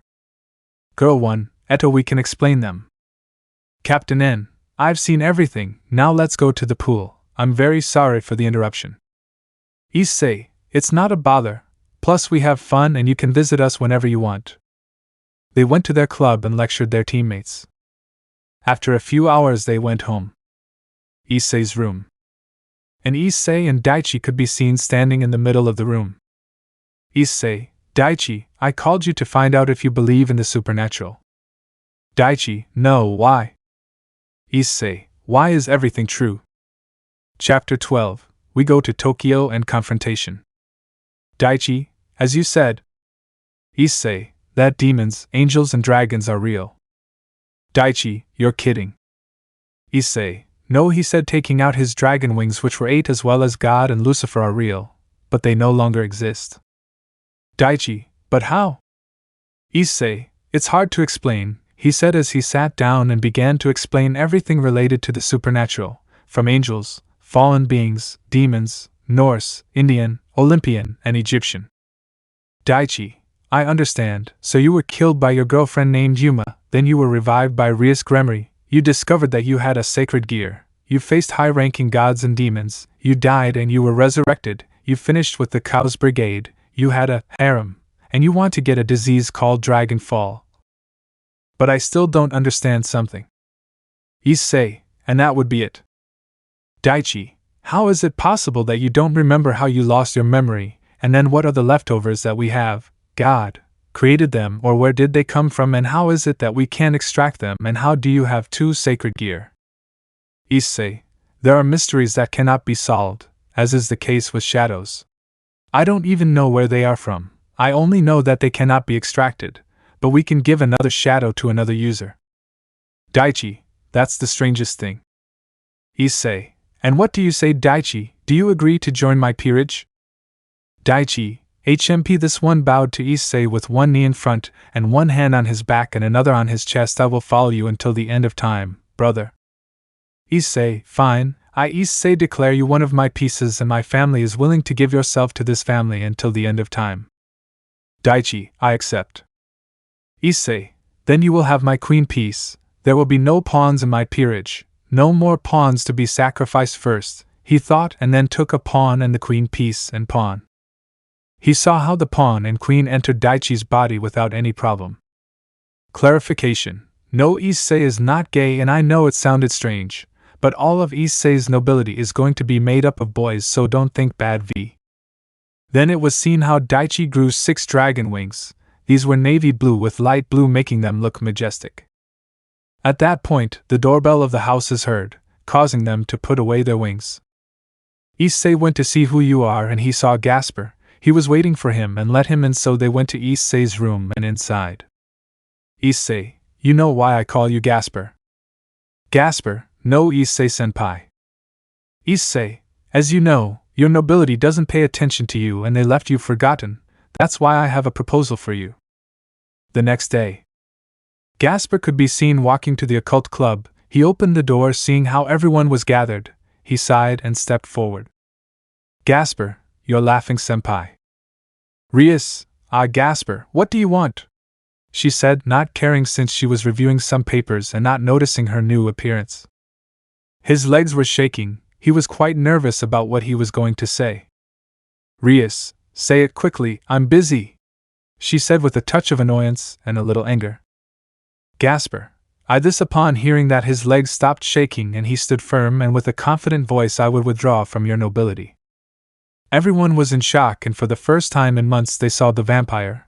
They saw that he no longer wore the girl's outfit and was now a boy who looked handsome and with an aura of respect. Rias, WHWH, what did you say? She said to see Gasper and be in shock. Gasper, I'm retiring from your nobility. There's no point in me staying here. Asia, but why do you want to leave, Gasper, if we have treated you well all the time? Look, you even changed your personality. He just kept quiet. Kiba, what nonsense are you talking about? Don't you remember what Butcho did for you, what the girls did, what I did for you? Gasper, yes, I remember, bullying, ignored, mistreated and despised. That's what I remember about you, and you're not the one to talk to Kiba. Everyone was stunned to hear what Gasper said, because he is not one of those who respond. This part is sad, so I recommend you read it all. Gasper, from you I only received mockery and beatings from your friends. While they bullied me at school, you only made fun of me as if I were nobody. From you I only received ignorance and rejection. Asia, what? Gasper, you don't remember anymore. Well, let me remind you. What do you want, dirty vampire? You come to bother me again. From Zenobia and Irina it was not the same. You're just a nuisance. What the hell do you want? He said it with his most broken voice. From Akeno, and Rias was another case.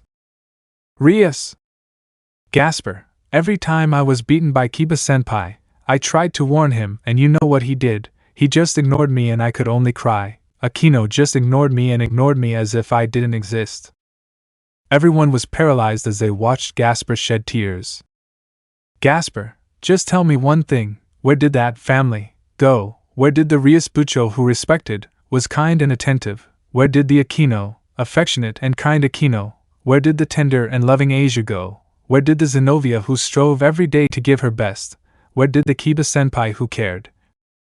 Where did the innocent and sweet Irina go? Where was everyone? Was silent, no one said anything. Answer me.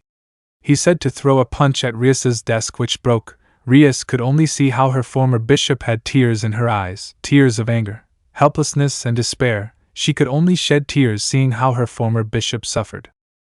He was right. Where did that go?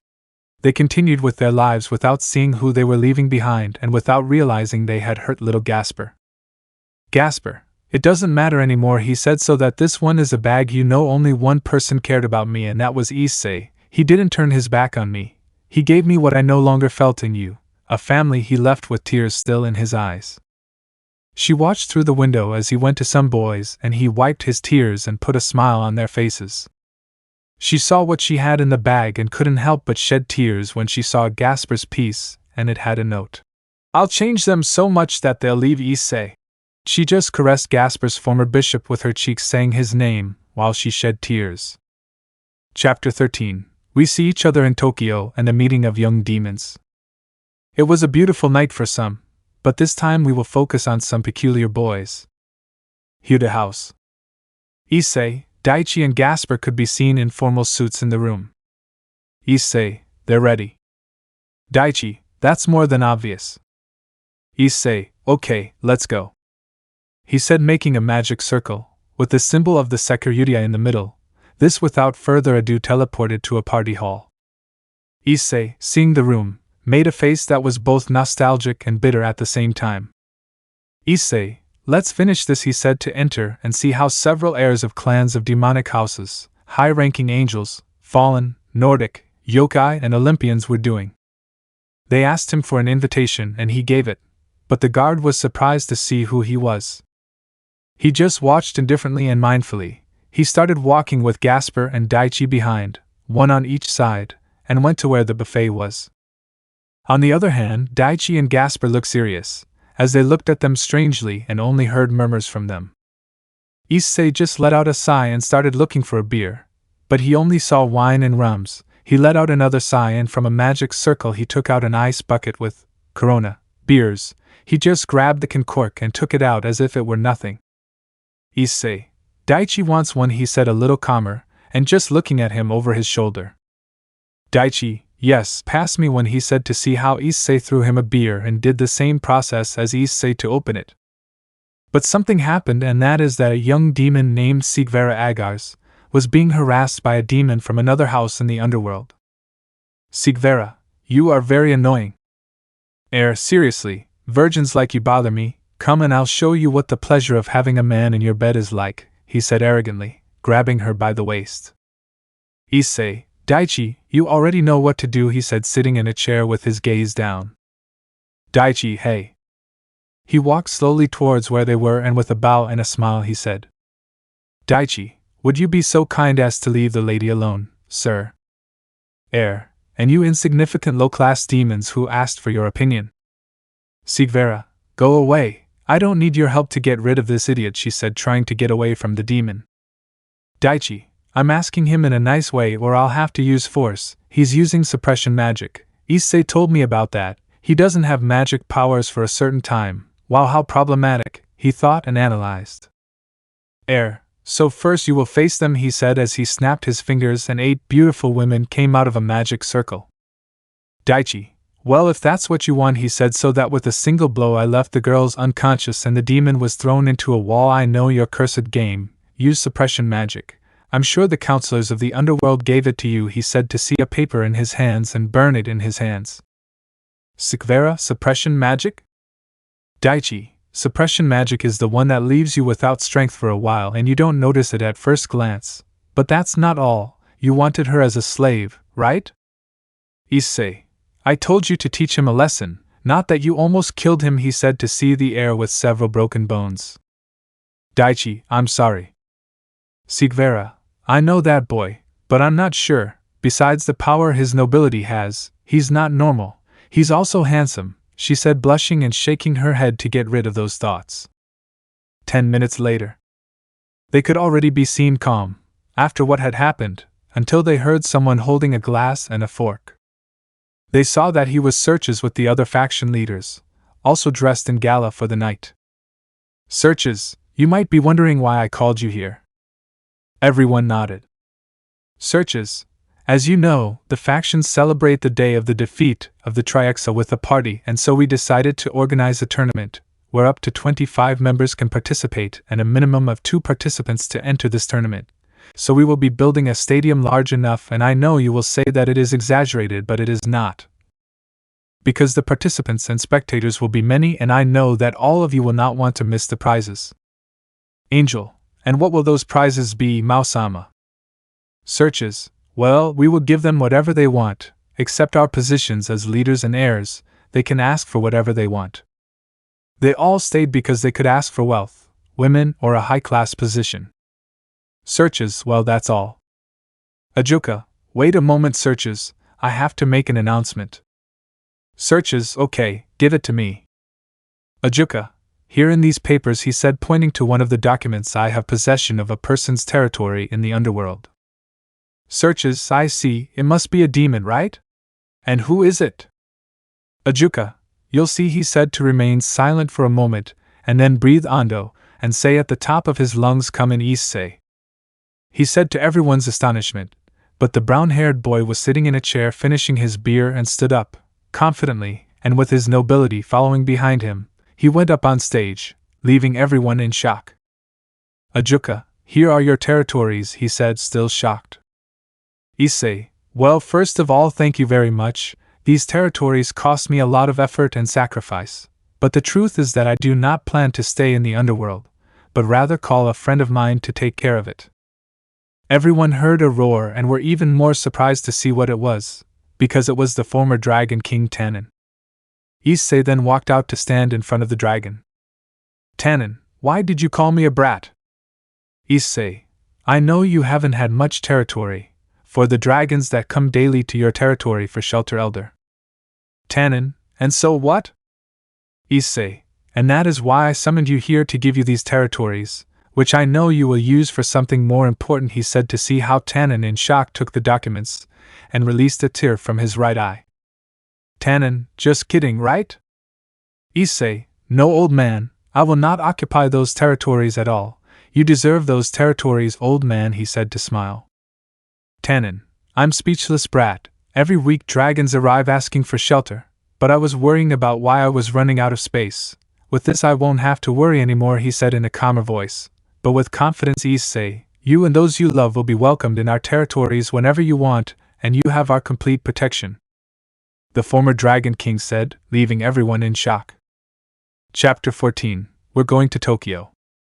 Tannen surprised everyone when he said those words, because no dragon had ever given protection to anyone, much less to a demon. This one just gave a sideways smile, causing several heiresses to blush. Issei, I would appreciate it, Tannen-sensei. If you would like to come in, it would be a great honor for me, he said with a bow. This left those who were there even more shocked because it was known that he was not one to show manners. Tannen, I'm sorry, but I can't, boy, I have to go, but it will be another time, he said, spreading his wings and leaving from there. All the guests came in and still couldn't believe what was happening. At that, an angel asked, Angel, Searches-sama, when will the tournament be? Searches, in 6 months, he said, but still shocked. You could see a magic circle characteristic of the Gremry clan, and from that circle came out Rias and her nobility.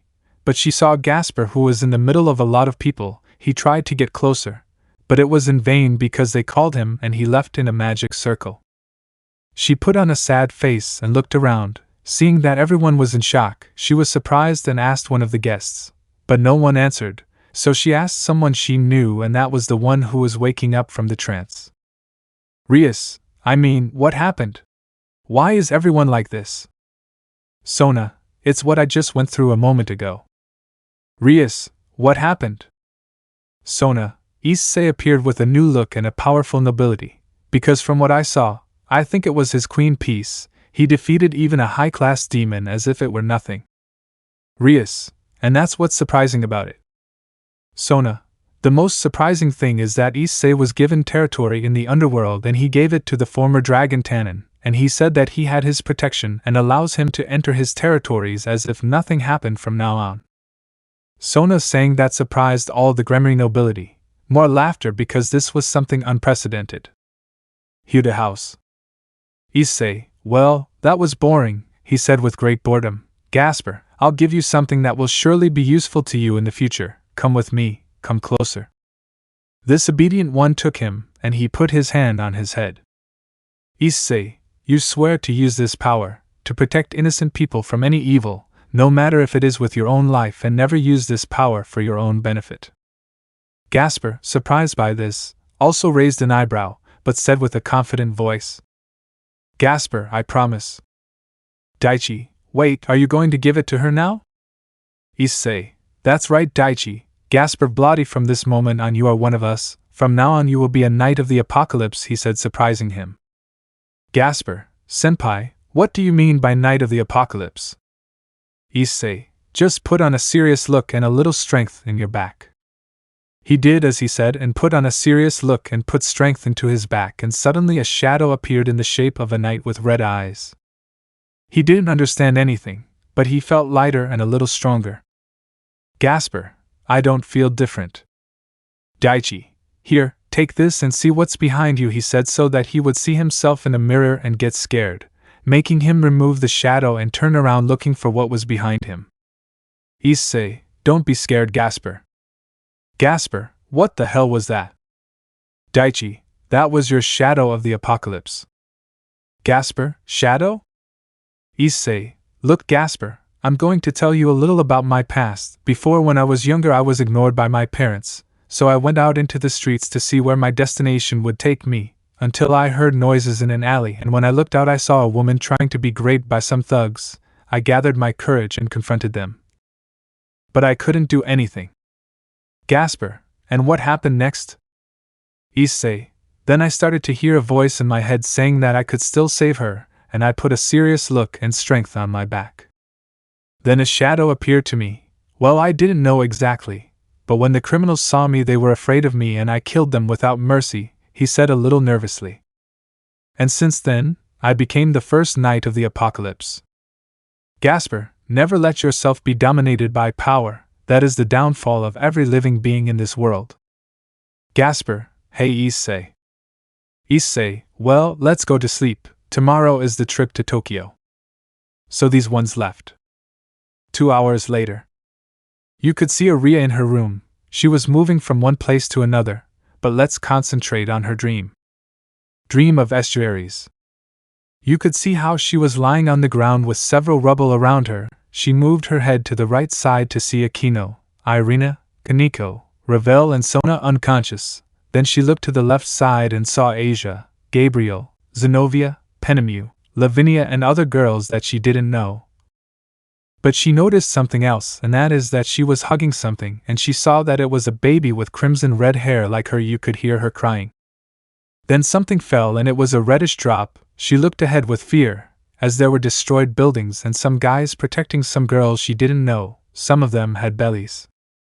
She looked in front of her and saw something that terrified her. It was a bloody brown-haired boy with outstretched dragon wings, who protected him with his body and was pierced by something metallic. Then she saw someone laughing behind a certain boy. Ha ha ha ha ha ha ha ha. She was terrified, and then she saw the boy, and she said at the same time in the real world, Issei. He is awake, sweating and panting, with tears in his eyes. She could only cry because of the nightmare she had. She didn't have that boy who saved her by her side. The next morning, some boys could be seen at a train station. Gasper, I hope you have fun. Daichi, don't doubt it, Gasper.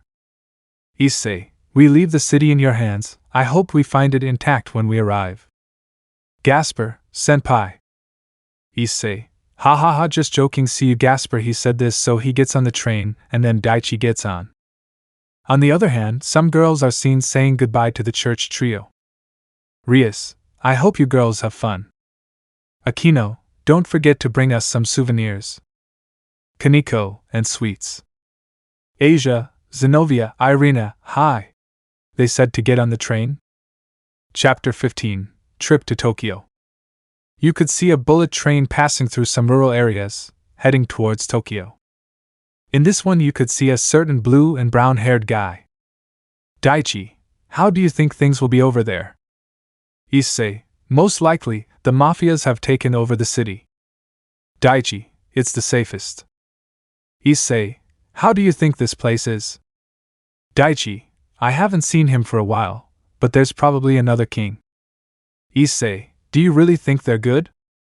Daichi, I don't think they could come close to me. At that point you can hear the girls screaming, because the one who came was the former prince of the academy. And why is he the former prince? Well, Issei and Daichi took that title from him, since they were practically the most gallant. Some people asked me why Kiba wasn't with the girls, because after what happened, Kiba was punished for what he did to Gasper. He didn't take it very well and gave all his club members the silent treatment. This one went to Issei's place. Kiba, how have you been, Issei-kun? Issei, what do you want? He said in a monotonous voice. Kiba, why so cold? We weren't friends. He said innocently. Issei, get out. Kiba, oh come on Issei, don't tell me you're angry. Why did Zenobia choose me instead of you? He said arrogantly and without measuring his words. Say some cool French for the moment here. Issei, why should I care? What's past is past, but what I saw, you can't get over the fact that the pervert from the academy has surpassed you in every way, he said, putting his hands on the back of his neck and with a smile. Kiba, I just came to warn you one thing, and that is that if you get in my way I will crush you, he said, whispering in her ear. Issei, and if you think you can threaten me, I warn you that you don't know who you're messing with. The only one in this world who can command me is me, he said with a smile and the last serious. This one just gave a smile. Kiba, well, see you Issei-kun, it was nice talking to you, he said for him to leave. 5 minutes later. Daichi, what a troublesome boy. Issei, you have no idea. After that Daichi started listening to music and Issei just played with his cell phone. 6 hours later. These arrived in Tokyo. Passengers bound for Tokyo are asked to prepare their belongings for disembarking. Then everyone saw through the windows what the city was like except 2. Girl 1, look, it's spectacular. Girl 3, it's the city of lights. Girl 2, look, it's a robot, she said to see how a robot greeted her. 15 minutes later. You could see how all the students were already at the station. Azazel, well, here you go. Boy 1, Azazel sensei, what is the roll for? Azazel, it's my phone number, in case someone gets lost, and I will give them 15,000 yen, since this came with the trip to Tokyo, but they have to spend it as evidence. That we came here, he said, to give each one 15,000. Okay, let's go to the hotel. They headed to the 3.5-star hotel. Issei, damn, he's from the Gremry family. Sigh, I hope they don't give me an old room again. Then, he heard a voice he hadn't heard for a long time, and he turned to see who it was, and when he did, he opened his eyes. Issei, Aro, Ross Weiss said to see his sensei and only fiancé. Ross, how have you been, Issei-kun? Issei couldn't articulate a word, he just stood in shock. Ross, Issei? He quickly picked her up and gave her a big hug. Issei, Ross, you don't know how much I've missed you. Ross, Issei, but she was interrupted by a kiss from Issei. She blushed like a tomato. But fortunately no one except one person. Daichi, Issei, Ross, this is Daichi. Daichi, this is Ross. Daichi, nice to meet you, Ross Weiss-sama. Ross-sama? Daichi, I can't disrespect the fiancé of my leader and king. Issei, a lot has happened since you left, but I'll tell you everything when we get to the hotel. He just nodded. So they went to the hotel, and it seemed that a storm was approaching. Upon arrival, Ross went to ask for the room he was assigned, and it was shared with Daichi. Upon arriving at the room, they were not very happy, let's say. Issei, how is that possible? I haven't even done anything perverted these past few months. Ross, well, Rias-sama gave the order to give him this room to avoid anything perverted.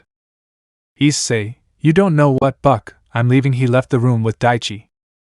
Ross, oh, where are you going? Issei, a better place. If you want to stay, do it, or you can follow us. Outside the hotel. Daichi, do you think he'll follow us? Issei, curiosity will get the better of him.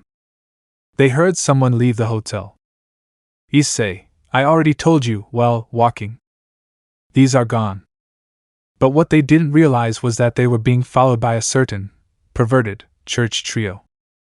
Then a few drops of water began to fall, giving way to rain.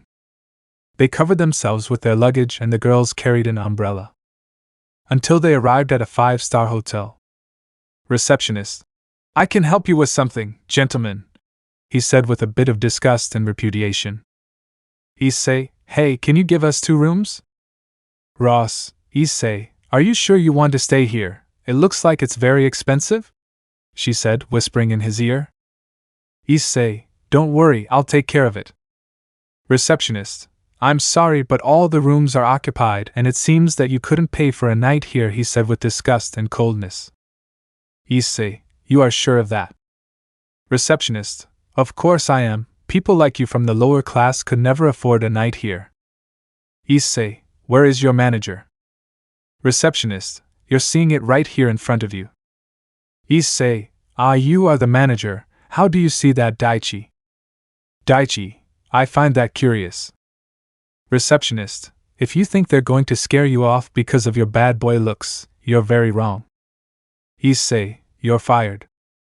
Receptionist, ha ha ha, I'll fire you. I know the owner of this place. Issei, you know me, you say, but I don't even know you. Receptionist, what? Issei took off his jacket, revealing a short-sleeved shirt and his defined muscles. He lifted up one sleeve, revealing the same tattoo he had, the same as the hotel's logo. The receptionist froze. Issei, and besides that, you have a giant photo of me behind me, he said to them. That the receptionist turned around and went blank when seeing that it was the same young man who founded and built the hotel. Receptionist, is Issei-sama, is it you, he said with extreme nervousness.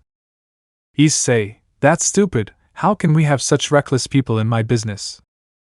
Daichi, and also, less price for the poor. Reception, shut up, brat. Issei, you should shut up, you just got into more trouble or not, Daichi said for the receptionist to become more paralyzed. Receptionist, did Daichi-sama. Daichi, how is that possible, if they told you a while ago and you didn't realize? Issei watched as a man mopped the floor. Issei, I have an idea. Hey you, he said so that the man would point. If you come here, the humble man approached. From now on you will be the receptionist. I entrust the hotel to you, and as for you, you will take this man's place. It was made clear. Receptionist, "Hi," he said like a soldier to his general. Issei went through some keys and they went to their rooms. Chapter 16. The King Appears. Issei, Daichi and Rosweiss could be seen going to some luxurious rooms. Issei quickly puts his things on the bed and goes to Ross's room. Issei, "Ross, I know you have questions and I will answer them." "Ross, since when do you own this hotel?" he said, shaking the brown-haired boy. Issei, "Since 5 years ago." "Ross, and why is it that every time I mention you to the girls they just ignore me?" Meanwhile, with the church trio and perverted, you can see that they entered the hotel, they entered as well, so now a man dressed as a concierge was serving the hotel. I forgot to mention that they brought their stuff. Asia, excuse me. Receptionist, yes, it is offered. Asia, how much does a night cost here? Receptionist, each night is 15,000 yen. Girls, so much. Receptionist, the rooms include a jacuzzi, room service, first-class bedrooms with cotton pillows and sheets, and flat-screen TVs and international channels, among other things. They were surprised by what was said. On the contrary, it seemed cheap to them, since those services would cost them 45,000 yen at the Gremery Hotel. So you agreed and paid for a room, as you agreed to sleep together. Back with Issei. Ross, from the beginning, Issei, she said, already calmer. Issei, well, I'll tell you everything, he said, starting to tell him everything that happened since he left. You're a little calmer now. Ross, so you own this place, you are one of the horses of the apocalypse. Or more exactly, their leader. You have several businesses around the world, and you hide it from us all this time. Issei, specifically, I lost my memory. Ross, that makes sense. Issei, and no, he doesn't have it. Ross, no, he doesn't have it. Issei, the point is that I lost my memory, he said, to see how night fell. Ross, but how come you lost it fighting or something? Issei, I don't even know. Ross, Issei, I think I'm going out to fall asleep. Zzz, she said as she fell asleep in her bed. Issei, rest well, he said, giving him a kiss on the forehead. He left the room. Issei, arriving at his room, saw Daichi with a black jacket and some blue jeans. Daichi, okay, we have to go. Issei, wait for me, go get the car, I'll wait for you outside. Daichi, okay, don't be late, he said as he left the room. He started to change, so he put on some black tennis shoes, with a black jacket and some gray pants, which made him look good. He left the room and headed for the exit, but was noticed by certain girls. You also left the hotel and saw that Issei got into a gray car. They flagged down a taxi and got in. Taxi driver, where are the ladies? Asia, follow that car. The taxi driver, obeying the order, followed him. 30 minutes later. These passed several places where the taxi driver was getting nervous. Taxi driver, confident ladies who want to continue. Zenobia, why do you ask? Taxi driver, well, this is one of the most dangerous neighborhoods in Tokyo since it is controlled by the Yakuza. He said to see how several people passed by. They were beautiful girls and some guys who looked like thugs. Irina, look, they came in, she said to see how they entered a parking lot. Aika, how much is it? Taxi driver, it would be 1,000 yen. With Issei. They entered a parking lot and saw a guy guarding the entrance. Subject password. Daichi. So wait, he said, taking off his jacket, leaving the subject confused. I think this would be enough, he said, showing his arm. He had a tattoo. The subject was perplexed and opened his eyes. Subject. Pu, can you come in? He said as he lifted the metal tube. So these passed by as if nothing happened. With the girls. They saw how the women passed by without saying anything, but the men had to say a password. They then decided to enter, but the man guarding the door stopped them. Subject, hey you guys, he said to get them to stop. You're new here. They nodded. Have a good time, he said maliciously.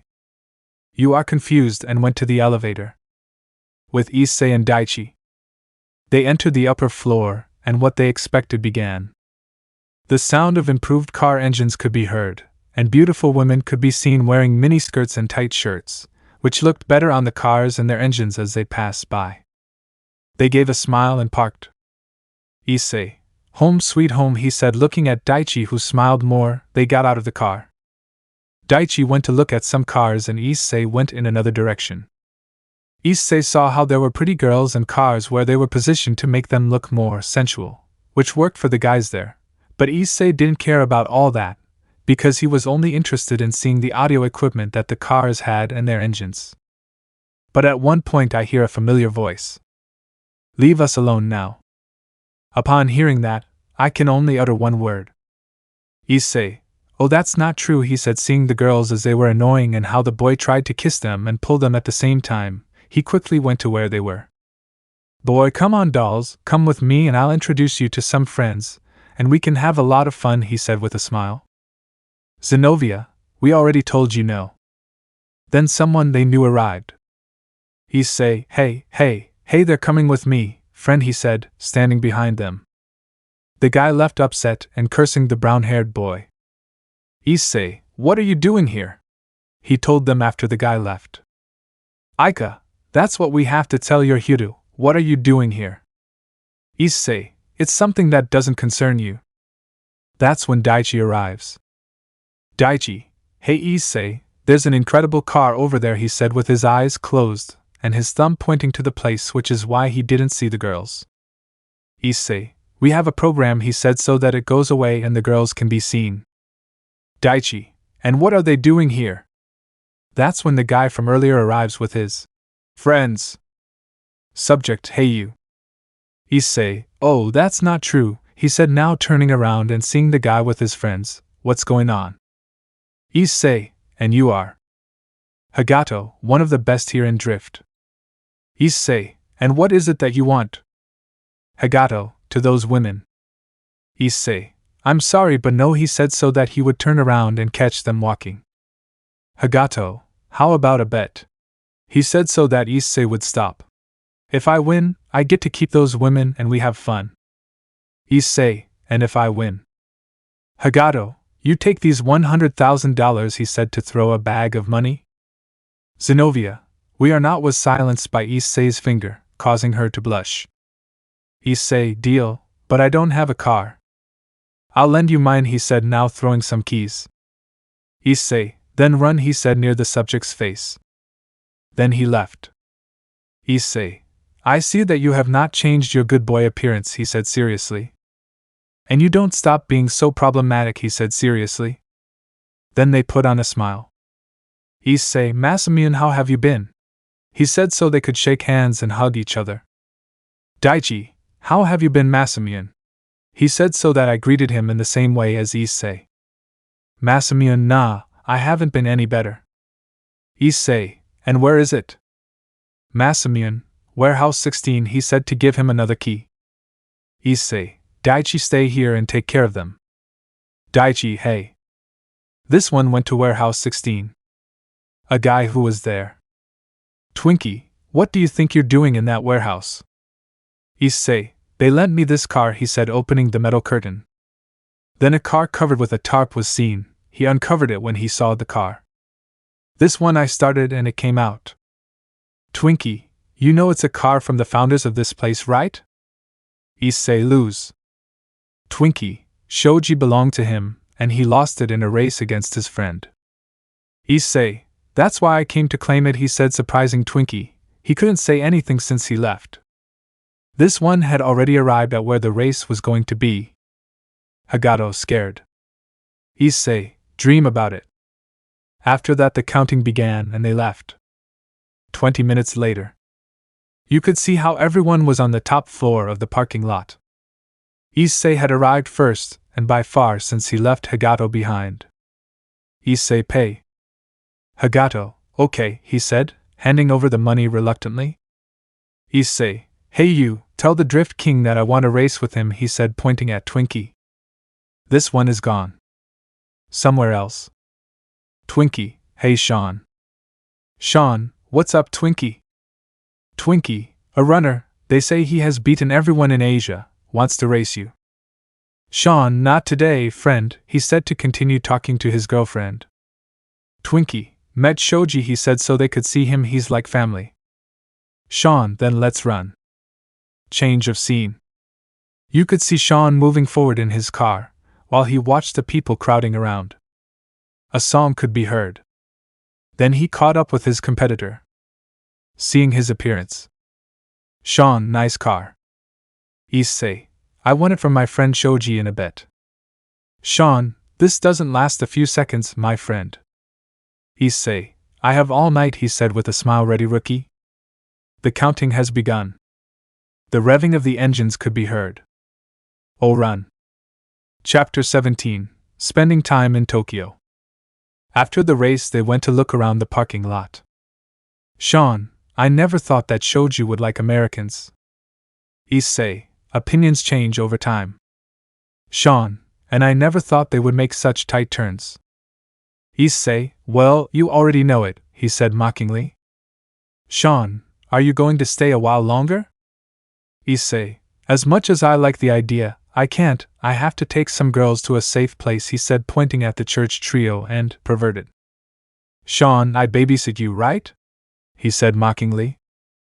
Issei, yes, he said with a married voice. Well, see you, Sean, he said for him to leave.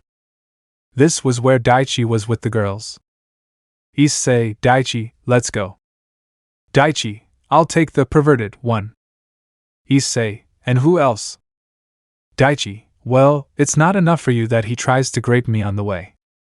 Issei, hey, seriously, do you think she would do something like that? He said, looking at Kiryu, who was putting on a perverted smile. Forget it. So they went to the cars. Issei made the three of them fit in the car. They left there, but said thanks to Masamion along the way. Issei was driving calmly until he heard a complaint. Zenobia, you couldn't have a bigger car, she said while she was crowded with the girls. Issei, just sit down and shut up. Zenobia, what the hell is wrong with you? Talking to us like that is not how you talk to a lady. Issei, you have nothing of a lady. Zenobia, just stand up. Issei stands on the side of the highway, as you're getting out of the car. Zenobia, just because you drive makes you think you're such a big deal. Issei, so you want to drive yourself, go ahead, do it, he said, opening the car door. Zenobia got in and tried to start the car, but it didn't work because the car was a standard one. Zenobia, out of pride, just pouted and looked away. Issei, I'm not going to keep waiting. Zenobia just got out of the car and got into the passenger seat with the girls. Issei just sighed and entered. He saw how the girls were uncomfortable. He gave another sigh. Issei, Zenobia, come with me. Zenobia, what for? Issei, just come. She obeyed the order and got out of the car and went to the driver. He pulled her hand and put it in, making her blush, since she was in the brown-haired man's lap. Zenobia, what are you doing? Issei doesn't respond, and you see how he starts driving. They went in silence, a somewhat comfortable silence. Well, Zenobia appreciated the boy's toned body and his scent, which attracted her, because he smelled like her words, like man. On the other hand, Issei continued driving without caring how Zenobia was blushing. 20 minutes later, they arrived at the hotel and were greeted by the receptionist. Receptionist, good evening, Issei-sama. Issei, good evening, what is these girls' room? He said, pointing to the girls behind him. Receptionist, wait a moment, he said, looking at his computer. Here it is, room 76. Issei, here, this is for 2 more nights for them, he said, handing over $500, and you can keep the rest, he said, so that the receptionist would thank him. Then she watched as Daichi carried the sleeping Kiryu in his arms, bridal style. Daichi, I think I can't handle drifting. Issei, I don't blame her. Besides, it's already early in the morning, he said, seeing that it was 1:38 a.m. Daichi, well, I'll leave her in her room. Issei, and you, he said, pointing at the girls, go to your room. The hotel is paid for another 2 days, so don't spend what they gave you for your souvenirs and have, he said, giving them $1,000. Asia, why this, Issei-san? Issei, it's to recover what they spent here, Argento-san. Asia was surprised by what was said, since Issei had never addressed her by her last name. After that they were gone. Daichi. After leaving Kiryu, he went to his room. Issei went to Ross's room and lay down next to him, spooning XD. The next day, Issei woke up and saw Ross asleep. He looked at the clock and saw that it was 8:09. He saw her. He was mesmerized by how she slept. He snuggled up and pulled her closer to him. But at that moment I heard a knock on the door. A pain appeared on his forehead and he saw how Ross woke up. He stood up and went to open in a bad way. Issei opened the door and saw that it was Irina. Issei, what do you want? Irina, hey Issei-kun, could you take us to the hotel where Azazel-sensei is? Issei, he didn't give them his number, in case they got lost or something like that.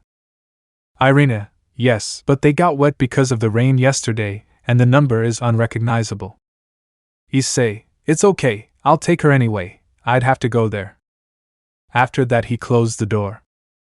He saw that Ross was already awake. He changed into the academy uniform and Ross changed into his suit. They then left, and Daichi caught up with them. They watched as the girls left their room. They saw them and went with them. Issei just sighed and they left. When they arrived, all the students were waiting for them, and with them Azazel. Azazel, where were they? Issei, not far from here in a hotel I know. Azazel okay? But they were warned. Issei, calm down sensei, nothing is wrong, he said, taking out a lollipop and put it in his mouth.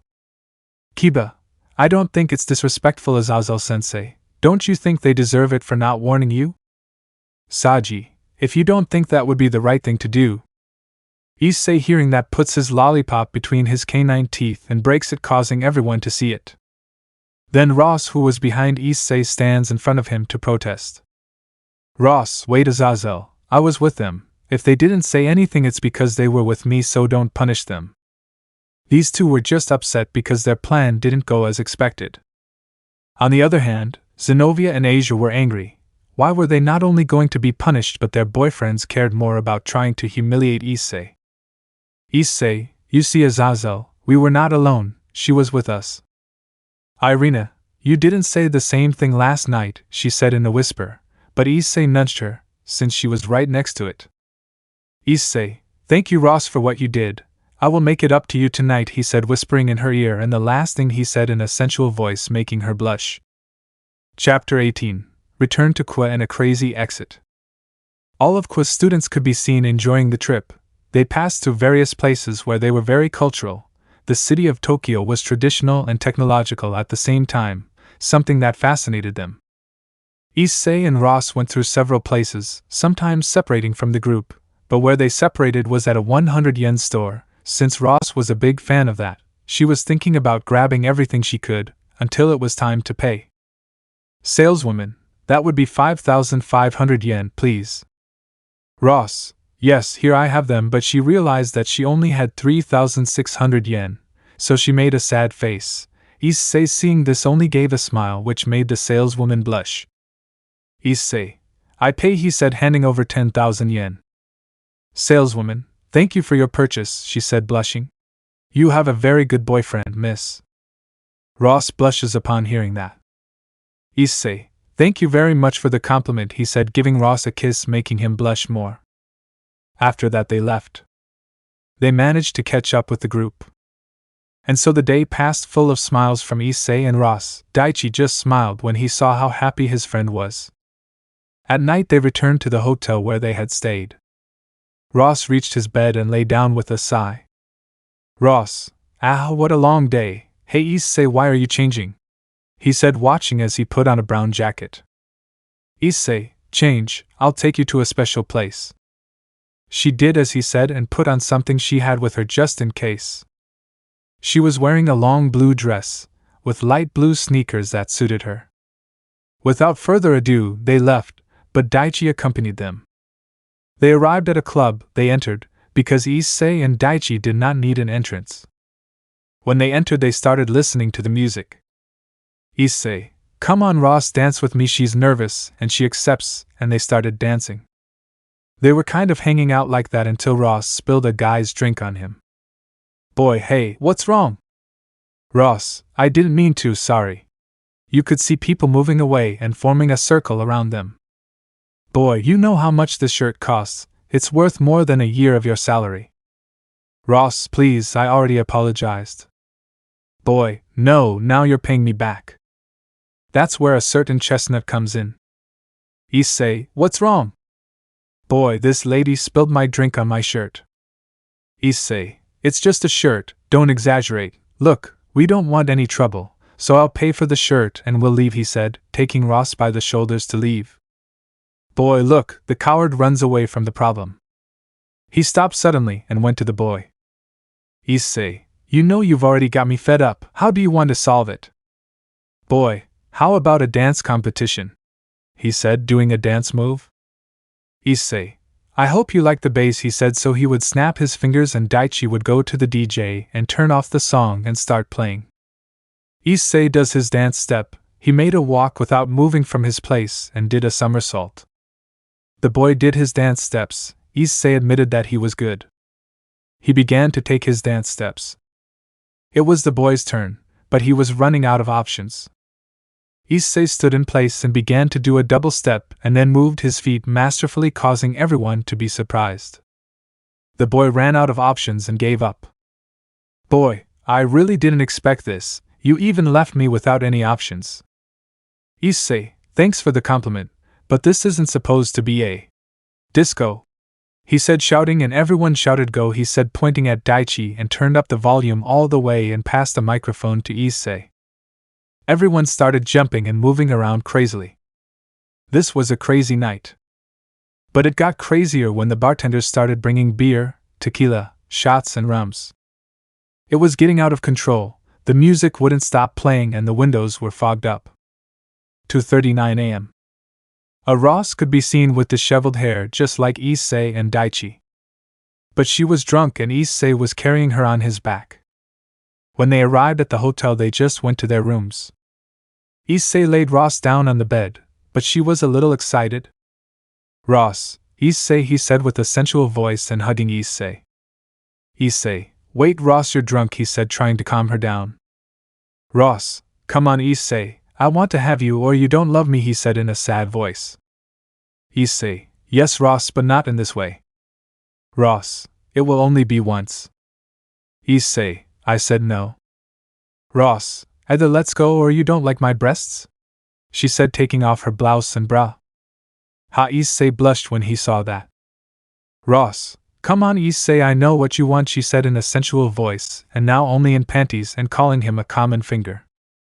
The next day, a Ross could be seen lying on top of a certain chestnut tree. She was naked and only covered by a sheet, then the sun's rays entered and hit her face, making her wake up. She tried to move her legs, but she couldn't. Then she realized that she was asleep and was lying on the chest of a certain brown-haired boy. In surprise, she jumped as best she could, but then she felt something enter her, making her moan. Then the chestnut tree woke up. Issei, so you want to start early, Ross? Ross, Issei, how dark at night. Issei, well, you practically seduced me and made us do it. Ross, no. Issei, what's wrong, Ross? Didn't you like what happened last night? Ross, it's not that, the problem is that we did it without being married, he said with anime-style tears. Issei, and what does it have? Ross, it's just that everyone in my family has been very conservative when it comes to doing it, because on our wedding night we give our first time to our husband and I just broke that tradition, she said with tears. Issei, I see, but we're already engaged, so you didn't give your first time to a stranger, right? Ross, well, you have a point. Issei, also, you were great last night, how about we do it again? He said in a sensual voice. She just nodded. Chapter 19, Return to Qua, a visit to the university, and the Knights of the Apocalypse appear. After that, Issei and Ross didn't go out. The church trio was going to Issei's room to ask him to take them. But on the way they found Daichi. Daichi, where do you think you're going? Irina, with Issei. Daichi, Issei is busy, if you want to go on the excursion I will take you. Asia, but... Daichi, no buts, you owe me one, Issei, he said to leave. After that they left. Issei and Ross hardly left their room, as they only asked for customer service, and when they finished they went for a walk around Tokyo since Issei knew the city. And so the days passed. There was nothing special for Issei and Daichi, since they already knew the city. Issei had greatly improved his relationship with Ross to the point that he would advance the wedding day by 3 months. The agreed days of the trip passed, and they had to return. Everyone had already taken the train, except 2. Those were Issei and Daichi, who told Ross that they would take care of some business, and would take another 3 days. Upon arriving at Kwa, all the students were welcomed by their families and acquaintances. The church trio was welcomed by the occult club. Rias, and how did it go, girls? Asia, very well, Rias Onissima. We learned many things about Tokyo, and Issei. I whispered the last thing, but Rias heard it. Rias, from Issei? Asia, I'll tell her at home, and these are for you, Kaneko, she said, giving her a bag of candy. But she didn't look very happy. Is something wrong, Kaneko-san? Kaneko, no, it's nothing, she said, a little more attentively and taking the sweets. So you guys arrived at the Huda house. Rias, now tell me, what did you discover about Issei? Asia, who drives a style called Drift, who knows Tokyo and has friends there. This surprised Rias and Akeno. Zenobia, and he had the nerve to put me on his lap, she said, a little blushed and taking a glass of water. Akeno, and why is that? Irina, you see, she said, telling them what happened. Rias, and just because he went to a slum, you guys too, she said, yelling at them because she promised to take better care of her pieces after what happened with Gasper. Asia, forgive us, laughed Onissima. Zenobia, we didn't mean to get there, she said with a bow. Rias, thank God Issei was there, ouch, he said, grabbing his head when mentioning the father of the angels. 3 days later. You could see cars going at full speed in a race. Issei, what's wrong, Daichi? How are you slower? He said through a communicator. Daichi, you'll dream, you'll see that this time I'm going to win. Then a sign could be seen that said Kwa City. They only sped up more. These arrived at 7:39 p.m. They opened the garage and put their cars in the underground parking lot of the Huda house and took the elevator to go up. Daichi, and now to Issei. Issei, today it's time to train and find out what sacred gear you have, because I detected an unusual power in you. After he said that, they arrived upstairs. These went to the training room. Issei, well, look, to awaken your sacred gear, you have to imagine that you are the most powerful being or something like that. Daichi, are you okay? He said, taking off his jacket. About 5 minutes passed until I screamed, seeing some flashes coming out of his chest. They were golden in color. Drake/Albion, no, please. Then a necklace in the shape of a feathered serpent appeared. They were left with a chibi face, and only an anime-style cat came out. Daichi, and that's it, a necklace? I thought it was going to be a back or a shield, or something more powerful. Insolent brat, I heard you. Issei, this doesn't usually happen. Daichi, what are you talking about? Issei, you have a sacred gear, something rare, because it is none other than Quetzalcoatl, the feathered serpent, but I don't know if it was a dragon or something like that. Quetzalcoatl, of course I am a dragon, only my features are not noticeable, but I am not a simple dragon, but I am the 4th dragon god. Issei, if you are the 4th dragon god, why does almost no one know, and how did you end up in that sacred gear? Quetzalcoatl, it was because of 2 insolent dragons, which were the red and white emperor, because they made me seal myself in this, said the dragon with hatred, but the biblical god and I negotiated, so now I will only hit Drake and Albion. Drake and Albion just got nervous hearing that. Quetzalcoatl, I will torture them and make them and their bearers live in hell, ha ha ha ha ha ha, he said with an evil voice. To Issei and only they formed an anime-style drop. Issei, wow, I don't think it's going to be possible. Quetzalcoatl, what do you mean? Issei, because I have Drake and Albion, which will be complicated since your carrier is my queen piece. The dragon said nothing until. Quetzalcoatl, wow, this only happens to me, but I won't lose my hope of getting revenge one day. Daichi, And an apology for disrespecting you. I didn't know you were a dragon god. Quetzalcoatl, no problem, kid, you even have more respect for me than your grandfather. Daichi, were you with my grandfather? Quetzalcoatl, that's right, you look a lot like him, in fact you are his reincarnation, ha ha ha. Daichi, I actually never met him, could you tell me a little about him? Quetzalcoatl, of course, I don't see the problem. Issei, ahem, training first. Daichi, oh right, Quetzalcoatl Dano would lend me some of his power. Quetzalcoatl, sure kid, let's kick the drake bearer and Albion's ass. 1 hour later. The girls could be seen in the living room watching television, until the voices of 2 boys were heard. Issei, ha ha ha, so he wants revenge. Daichi, that's right, I can't believe he's still obsessed with that juice. These 2 had entered without their shirts because they had been destroyed by training, so they went to the kitchen for some bottles of water. They had blush, since the living room was next to the kitchen and they had seen them, but the biggest blush was Issei's body since it was more formed and more worked. Issei, well, go rest, tomorrow there are classes. Then he left, but Issei was called by Rias. Rias, Issei, can you come for a moment? This one went to the living room. Rias, can you put on your shirt or something? Issei, I don't see the problem as to why. Rias, well, it doesn't matter, could you explain to me who he is? Issei, he is my queen piece, my friend Daichi. Rias, and if you can find out why he is living here. Issei, well, I offered him lodging and I don't see the problem. Rias, of course there is a program, what if he tries to grape one of the girls or if he steals something? Issei, he's not capable of that. Rias, I know him, and since when do you worry so much? Rias, of course I'm worried, what if he's a pervert like you? When she said that, she immediately regretted it. Sorry, that wasn't my intention. Issei, Miss Gremory, I'll tell you this once, stop meddling in my life and stop judging people for simply not knowing them, and don't think I didn't find out what you did to Gasper, he said angrily. You were surprised to hear that he only called you by your last name, not your first name. Rias, you know what? Issei, I know everything about the abuse he answers, his mistreatment and his mismanagement as queen. If it weren't for me he would already have been a renegade demon. Rias, for you.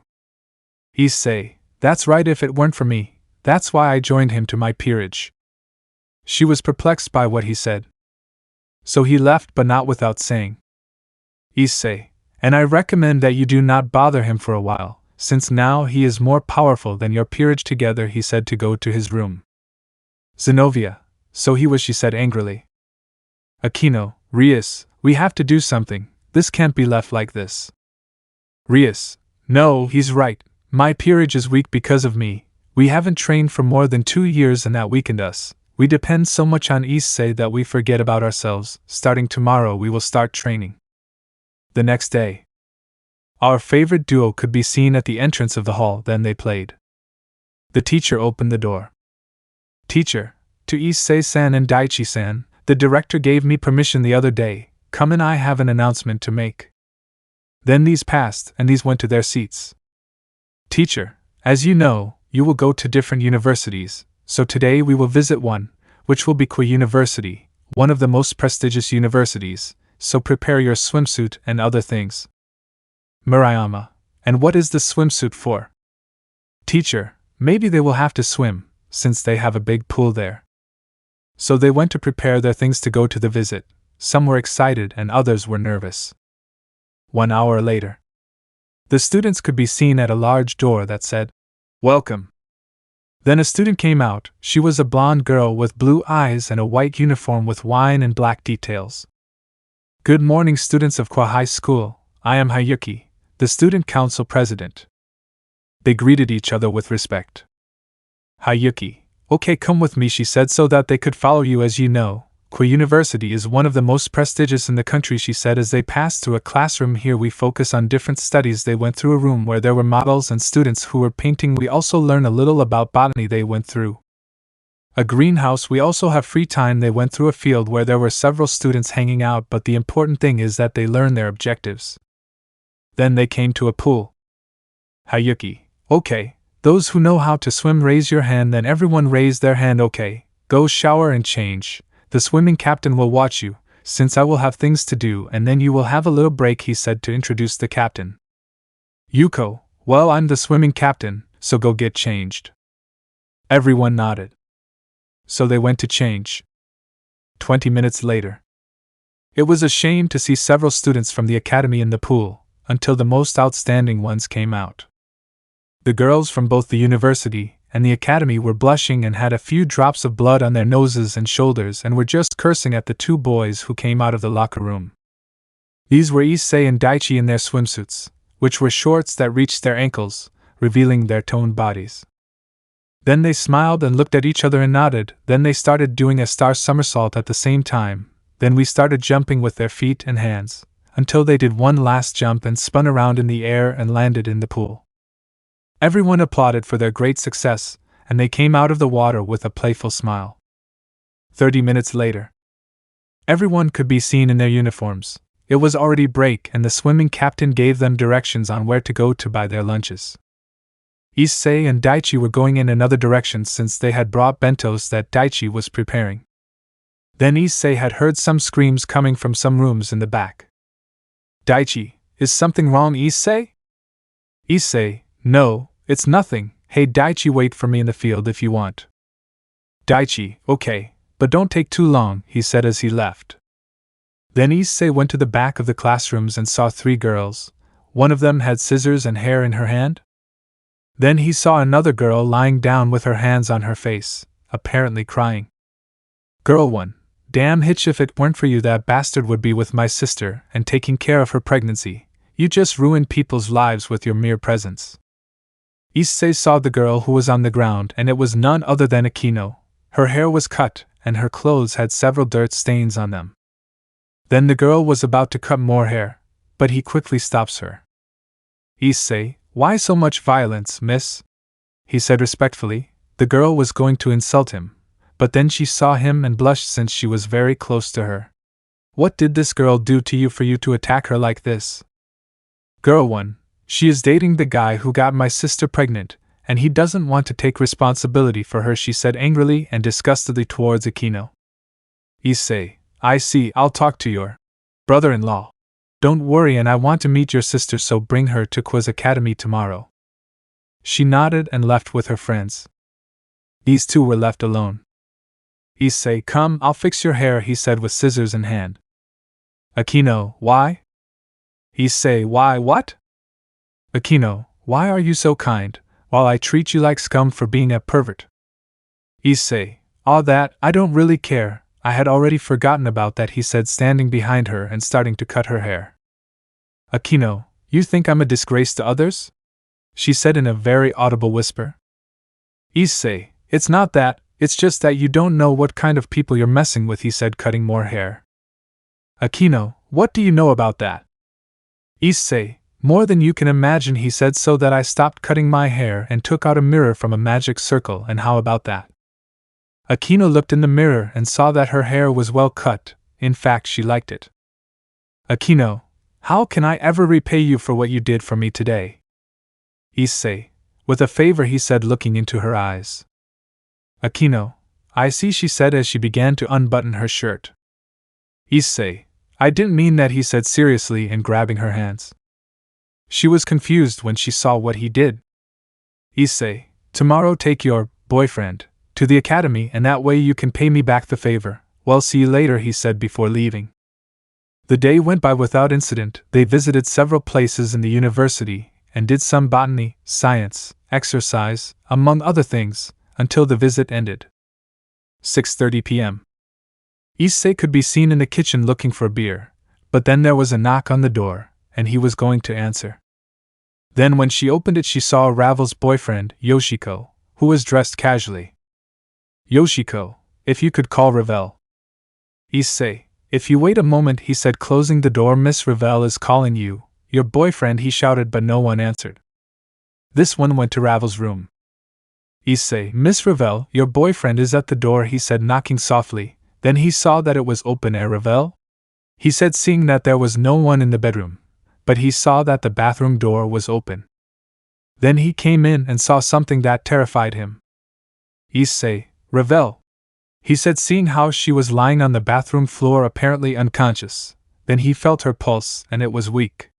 He left the room and saw Daichi passing by. Daichi, tell the boy that Ravel is not there, while I take her to the hospital, he said, teleporting in a magic circle. Daichi quickly went downstairs and went to the door. Daichi, I'm sorry but Miss Ravel isn't here. Yoshiko. But he was silenced because the door had been closed on him. Underworld City Hospital. You could see a magic circle forming outside it. Issei, please Ravel don't die, he said, entering the hospital. A doctor. Nurse, what happened to you? He said to examine her. Issei, I don't know, I was just lying on the ground. Nurse, she has almost no pulse, quickly get a stretcher, she said, so several doctors can take her. 1 hour later. Issei could be seen in a waiting room. Then the Phoenix family appeared. Lady Phoenix, Issei-san said so that she could see how he was sitting. Issei, Mr. and Mrs. Phoenix, good to see you. Razor, tell us what happened. Issei, well, what happened? 10 minutes later. Issei, and that's all. Razor, I see, he said with a thoughtful pose, don't worry, go rest, we will stay here. I will send you news when they give us a diagnosis and let us see her. Issei, okay, I'll come back tomorrow afternoon, he said while walking into a magic circle. The next day. It was Saturday, so Issei had nothing to do. Daichi's room. This one could be seen sitting on his bed. Daichi, so you are already in the city, he said while talking on the phone. That's right, but where are we? Daichi, see you at this address. Well, see you there and take it. Daichi, yes, we'll see each other, he said, hanging up. Then he went to Issei's room. He knocked, waiting for them to open, then Issei opened. Issei, what's wrong, Daichi? Daichi, could you accompany me somewhere? Issei, for what? Daichi, I just want to hang out. Issei, no man. Daichi, no man. Issei, okay, give me 10 minutes. 10 minutes later. Issei came out already dressed in blue jeans, a white shirt and a brown jacket. They took their cars and left. 15 minutes later. These could be seen in a pizzeria. Then they nodded. Issei, and why are we here? Harassment, you are going to invite a pizza. Then you could hear 8 guys coming in. Daichi just smiled and said, Daichi, maybe they'll invite you, he said, so that Issei raised an eyebrow. Then he felt someone grab him by the neck and start rubbing his head. Issei, hey, what's wrong? He said to get away and see something that surprised him. No, it can't be, it's really you. Issei, my companions, my family, the Knights of the Apocalypse. Let me know in the comments below if you guys want the next part. Also check out my other video that has been shown and left. Thank you for watching. If you enjoyed this video, please like and share this video. And have a fantastic day. Bye.